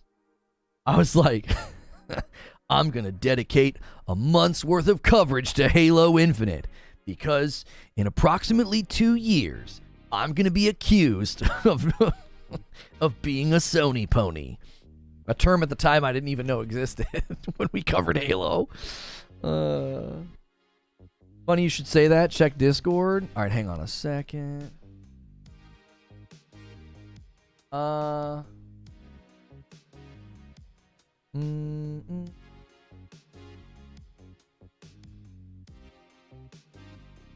Yeah, that's all fine.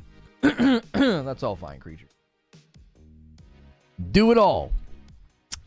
Wayfinders, I sat in queue for 30 minutes. I played for 10 minutes and I got booted. Repeat.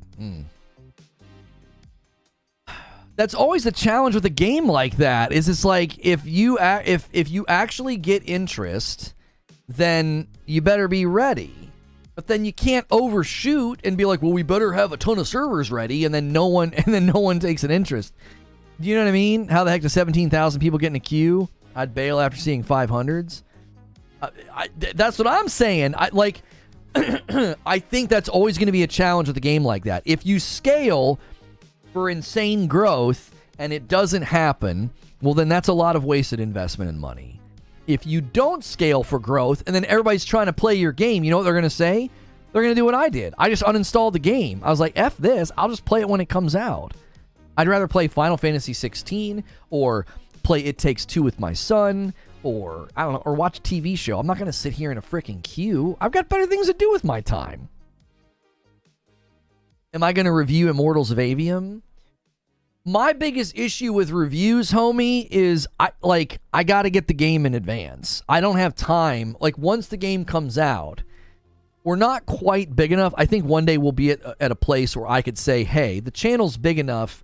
I can review the game 2 weeks later, and the channel will support it enough that the video will do well. There's some pretty big YouTubers who you'll get their review weeks after the release of the game because they're like, no, I'm going to make sure and really go the distance with it. So I'm not really known for reviews, though. I'm known for live shows. So if we start to get those early access codes, that's great. But our strategy and our business approach is not dependent upon that because it's just not a part of the content flow on the channel. It isn't. We do a daily talk show, and then we try to do a very relevant upload, and then I go hang out with members. Right? That's sort of our content flow. Our content flow is not, hey man, I poured 30 hours into this game. Let me give you a great review. Like, there are guys that they don't live stream, and they've dedicated their channels, their growth, and their identity to substantive reviews. That's just not what we've ever really done. We've not been able to do that. I mean, historically, for 8 years, I've been primarily a live streamer. It's really hard to do that if you're a live streamer. Because all that time that you're live is time that... Think about it like this. Skill Up is playing Baldur's Gate 3 for hours and hours and hours a day. I'm streaming and planning and strategizing and doing member streams for hours and hours and hours a day. So I'm dedicating energy to something else that supports me and my family, and he's dedicating energy to something else that supports him, and I'm not sure what his family situation is, but it supports him, right? Never be dependent on codes. Yeah, my content's never been dependent on that. It's never been dependent on other companies and other businesses. Thank you for the gifted membership, Raptor. People will say, well, it's dependent on Sony. You're never critical of Sony. And then when you give them examples of when I've been critical of Sony, they don't know what to do. They'll just try to spin it. Excuse me. I mean, more than likely, I won't get codes for Sony either. I don't have a big enough channel. I don't have contacts. I don't have an agent. Once you have contacts and a big enough channel and you have like an agent, then you can start to get codes. But like, I guarantee you, I can almost guarantee you I will not get codes for Spider-Man 2. I didn't get a code for Final Fantasy 16. I didn't get a code for any of the PlayStation stuff this year, PSVR 2 or what was it? Burning Shores.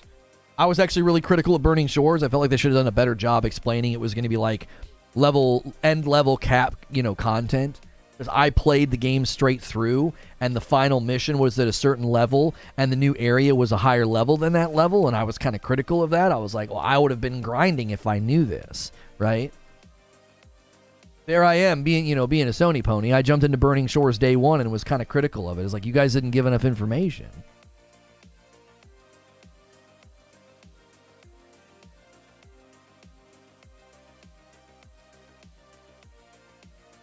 I don't think people understand how difficult it is to get codes. There's a ton of work that goes on behind the scenes to get them. There were 14,000 requests for Starfield. It's not as easy as, hey, I need one, right? It's not even review codes at this point. It's mouthpiece code, says Eugene.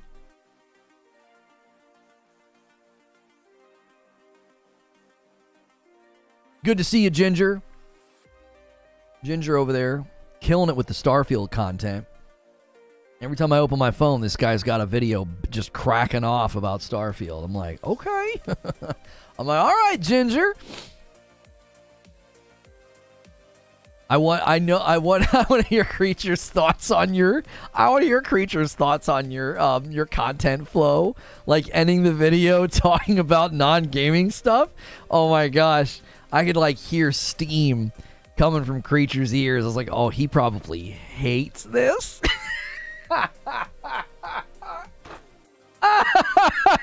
Ginger's like, I don't give a frick. I'll say whatever I want at the end of my video. And and anybody who gives advice on YouTube is probably like, what are you doing, bro? Oh, I love it. I love that part about it. I think it actually might work. I think it might work in your favor. People be like, oh, you know, listen to some gaming news and then watch this guy poke 18 different bears at the end of a video. Who can I make angry today? Oh my gosh. Guerrilla Games did state it was hard and you should level up before Burning Shores, same as Frozen Wilds. No, they didn't. We went and looked at the blog posts and the articles. They didn't say that. It was really generic. Believe me, I had all of the PlayStation guys telling me I was wrong, and they're like, no, they said it was going to be hard and you should level up. And I was like, okay, let's go look, because I watched the trailers and I read the blog posts, and I would have booted up the game and grinded if I heard that, and they didn't say that. They did not say, it's going to be really hard. You should level up before playing. They said, come back to the game. Get familiar with the game. Upgrade some of your gear. It was like super lighthearted. It wasn't like, this is going to be hardcore. Buckle up. And as is customary, I started criticizing it and everybody got super defensive. And I was like, guys, it's probably good content. They just should have given a really hard warning. Hey, if you just played the main storyline, you're probably like level 38. And this content's in the low 40s, so buckle the frick up. Like, you're going to get obliterated. So I went and played with my son, and we did the co-pilot feature, and I turned the difficulty down, and I leveled up a bunch of stuff, so whenever I decide to go back into Burning Shores, you know, I'm ready to rock and roll. I'm equipped, you know?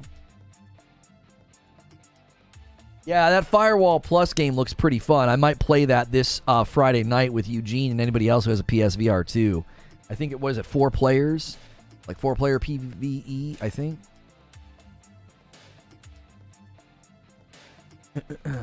Lono was getting his butt smacked. I was getting smacked around. I was dying real fast, you know? I was actually critical of that game's combat, too. Can you believe it? Can you believe me, the rampant Sony pony, being critical of a Sony title? I was actually really critical of that game's combat. They changed some of the stuff that I had issues with.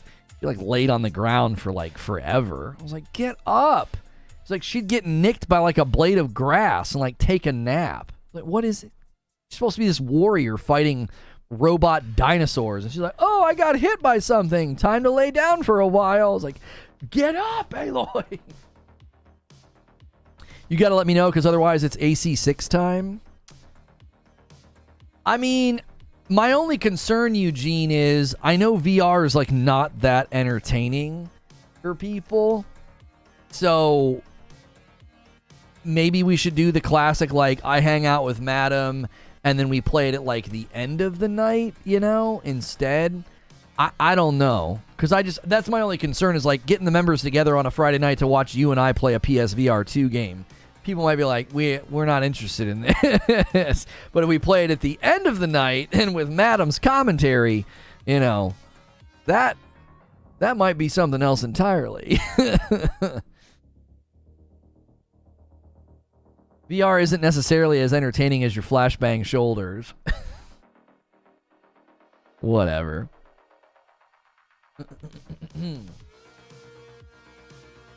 That guy worked on a game called Firefall, which totally bombed. I could see the connection.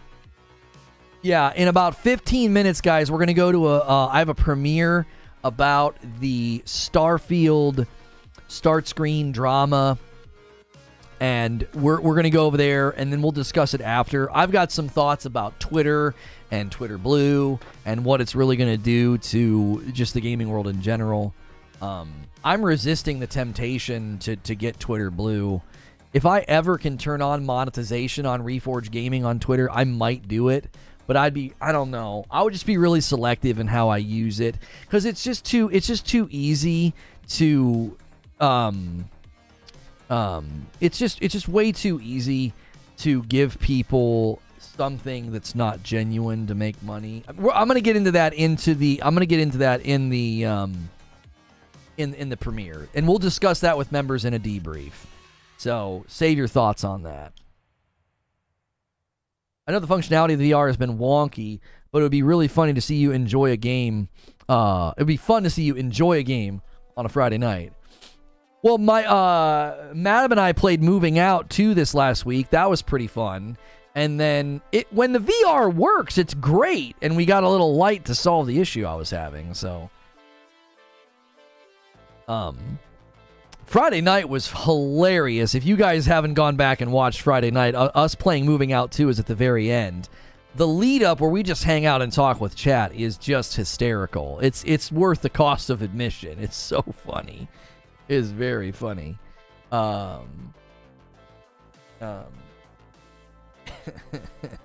Stop it. She's texting me. Enjoying a game for members is illegal. Did Twitter get rid of blocking? No. He got rid of the post. I don't think they can.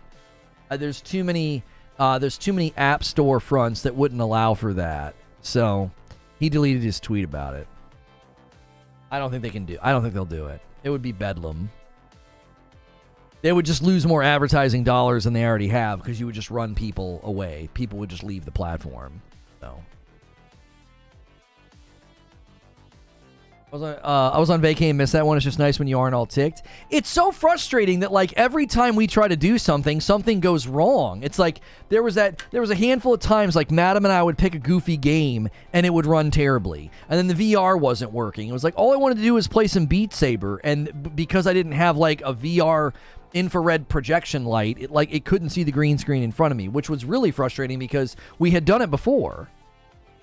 We literally had done it before. We had done a Beat Saber stream before. I had tested that in the middle of that day. It was so irritating. It's like I go to great pains to minimize the risk of like a Friday night stream going poorly, and it still happened. I was like, so that makes it like doubly frustrating. It's like I did extra work so that this wouldn't happen. You know? Friday night in a nutshell. There you go. Yeah.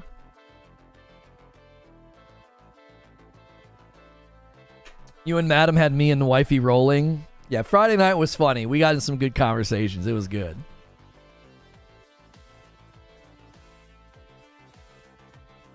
Playing Wayfinder. Good to see you, Javier Cotto. Playing Wayfinder right now, says Ginger.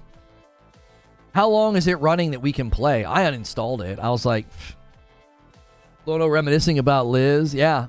Liz from high school, man. Summer Liz. I ain't trying to throw shade, just saying it's nice when you're laughing and happy on a Friday night. Well, and that's why we changed the structure. I changed the structure. I was like, we're just going to sit and talk for a couple of hours because people tend to enjoy that more, and then we'll play a game. And if the game goes south or sideways, okay, fine. At least the first 2 hours were funny. You know what I mean? Did you finish all the Dark Anthology games? I used to love those horror weekend streams. We need to go back to those. I think it's just a problem is that with the way we've restructured Friday nights, it doesn't work because we just hang out and talk. Maybe every once in a while we should just take a night where we jump into the game immediately, because I think when we play those Dark Anthology games, it's really fun. It's early for 6 months? Oh. I thought it was like a weekend thing.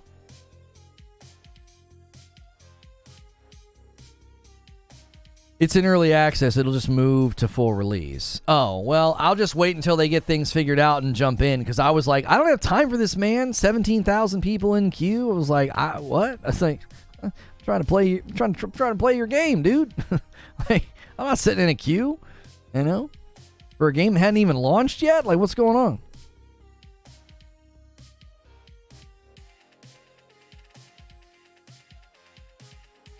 Did Elden Ring go on sale? I don't know if Elden Ring went on sale. I don't know why it would be at the top of the sales charts in the US unless Armored Core somehow triggered that, like people seeing the ads for Armored Core. I don't know. That's weird to have that happen. I'm not sure what the explanation would be.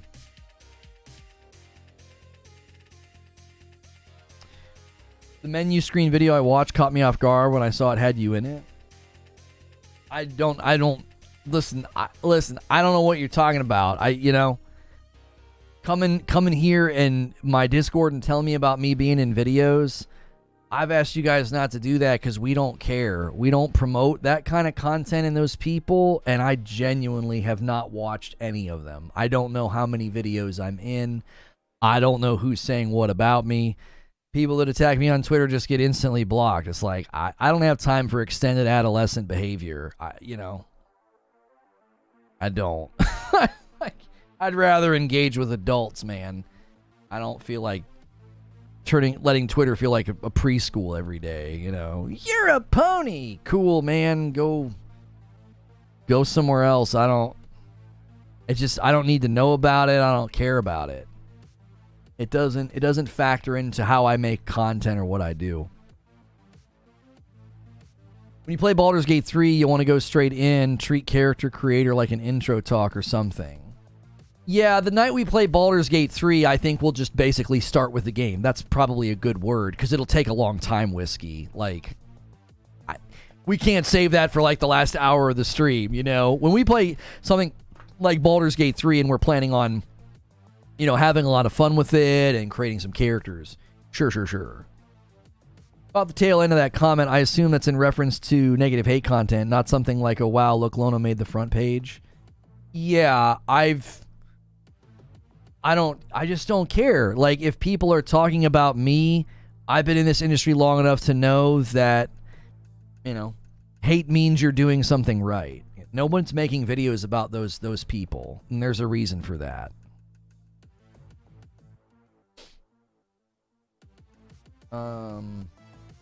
Those are July numbers? Yeah, why did Elden Ring do so well in July? I don't understand. Elden Ring's been on sale for 30% off 1 or 2 times on Steam. Yeah, it had a surge in its sales in July for some reason. We're not really sure why. I don't know if just Armored Core marketing triggered that somehow, people were getting recommended Elden Ring videos or something. The Armored Core videos have done okay. I don't know if they've done well enough to trigger a surge of Elden Ring sales. That seems a tad strange. Yeah, generally I've just asked people to not come here and talk about that. I'm not really sure why it's happened numerous times today, but when you guys come to the Discord or my live chat and you talk about that, you're bringing something to my doorstep I don't care about. You know what I mean? If someone's dog craps in my yard, I don't need you to shovel it up and bring it to my doorstep and say, I want you to smell this. There's a dog that crapped in your yard. That's what those people and their content are to me. Don't bring it to my doorstep because I don't pay any attention to it. It goes in the bin with everything else that doesn't matter to me. I don't pay any attention to it. Elden Ring sale for a bit in July. So it did have a sale in July. Huh. Not reading Discord again? Yes, I am. That's why we're talking about it. It was part of the summer sale, says Barrier. I bought it. Okay, so there was a summer sale. It's on sale according to everyone else. Okay. Fighting Cowboy posted an hour of Armored Core 6 PvP. It looks insane. We're getting good feedback from the early looks. Yeah. There were concerns about PvP and the hard target lock and what that would do to the combat. And it was it Fextra Life? Was it Fextra Life? Somebody got to ask the director about that, and he said that he felt like it was going to work well because you were going to have to do things while target lock was going on. You were going to have to sort of navigate around it, and there would be really good opportunity for skill expression. So PlayStation is offering Dark Souls for Plus, so I decided to pick Elden Ring for summer sale. And when you wonder why Sony took Spider-Man off of PS Plus, where did it land on the Oh yeah, Miles Morales and Spider-Man were in the 9th and 10th slot last month. Yeah. People buy their games. That's why they don't leave them on the subservice. It makes perfectly good sense. I've heard nothing but positive things about Armored Core. Wasn't going to buy it, but I don't know now how many have to get it. Missed the stream this morning. How's everyone doing today? What's everyone thinking about Gamescom? Yeah, we ran through some predictions, and then tomorrow we'll co-stream Opening Night Live with Keighley at 2 p.m. Eastern. We'll go to that stream around 1:30, so we'll start the day with some kind of a talk show. We'll go hang out with members, and then we'll come back for Keighley's thing. In about 6 minutes, we're going to be going to my video about the Starfield start screen. Not really sure why there's drama about it, but there's drama about it, and I'm going to break it down for you because Bethesda responded. Pete Hines responded. I'm also just going to kind of give my thoughts about the situation on Twitter in general with it becoming a monetized platform and what it's going to do to conversations over there. I actually contrast that against YouTube, and I think it'll make for a great conversation. So if you're a member, you'll be able to join a debrief after the video is done.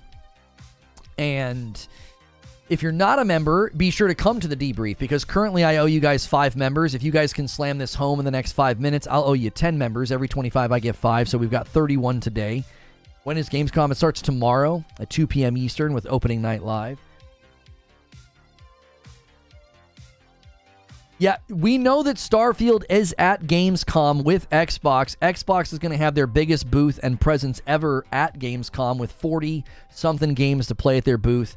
And there is a theater showcase for Starfield and Forza Motorsports. So we're not sure if we're going to get new footage, info, gameplay, or what from Starfield. I think in light of their marketing and everything they're pushing right now, I actually think you're going to see some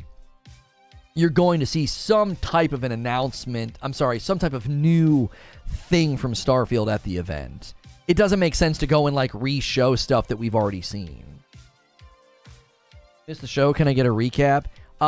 Basically, the recap was me reading through a bunch of things that might be at Gamescom. I'm not doing that for you, though. You got to be here for the live show for stuff like that. I'll do recaps when it's topical. I can't do a recap of like, I don't know, there was like 10 games that are going to be potentially officially, there's 10 games officially at Keighley's event. Then I talked about Future Game Show. Then I talked about like why I think there's going to be new Starfield footage at the booth for the theater showcase. So you guys watching on Kick need to come over to YouTube anyway. We're getting ready to go to this premiere. This guy always has the coolest Marvel shirts. Thank you. This one comes from 80s Tees, another shirt company that we're partnered with. Be sure to use code Lono if you ever go to 80s Tees. It gets you a 30% off discount.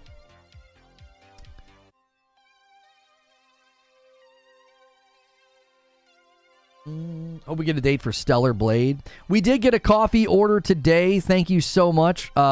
This is coming from someone's like, I'm not going to say your entire email address, but B-Ball. Someone with an email address that starts with B-Ball. Thank you so much for ordering that coffee today. If you guys ever want to support me or the coffee, you can go to reforgeroast.com or use the link in the description. I'm going to give you a link in just a second. We can go over to this Starfield video, and then after it's over, we'll be debriefing with the members.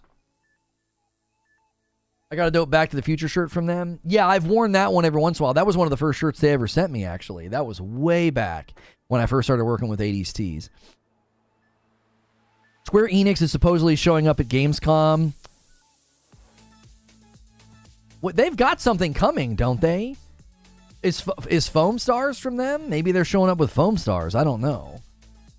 Foam Stars was like a surprising hit from all the people that got hands-on with it at the one event. So I think everybody jumped to conclusions about that game. I was like, I think you guys need to settle down. That game could actually kind of surprise you. Don't write off those games that are like that, man. They have potential, right? They have potential. And people like that kind of stuff. I don't. But there were folks that were saying they were actually really shocked and surprised by that one in particular.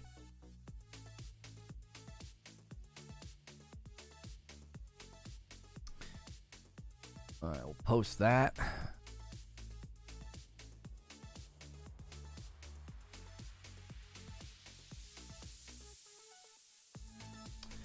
What is going on? Okay, we tweeted that out.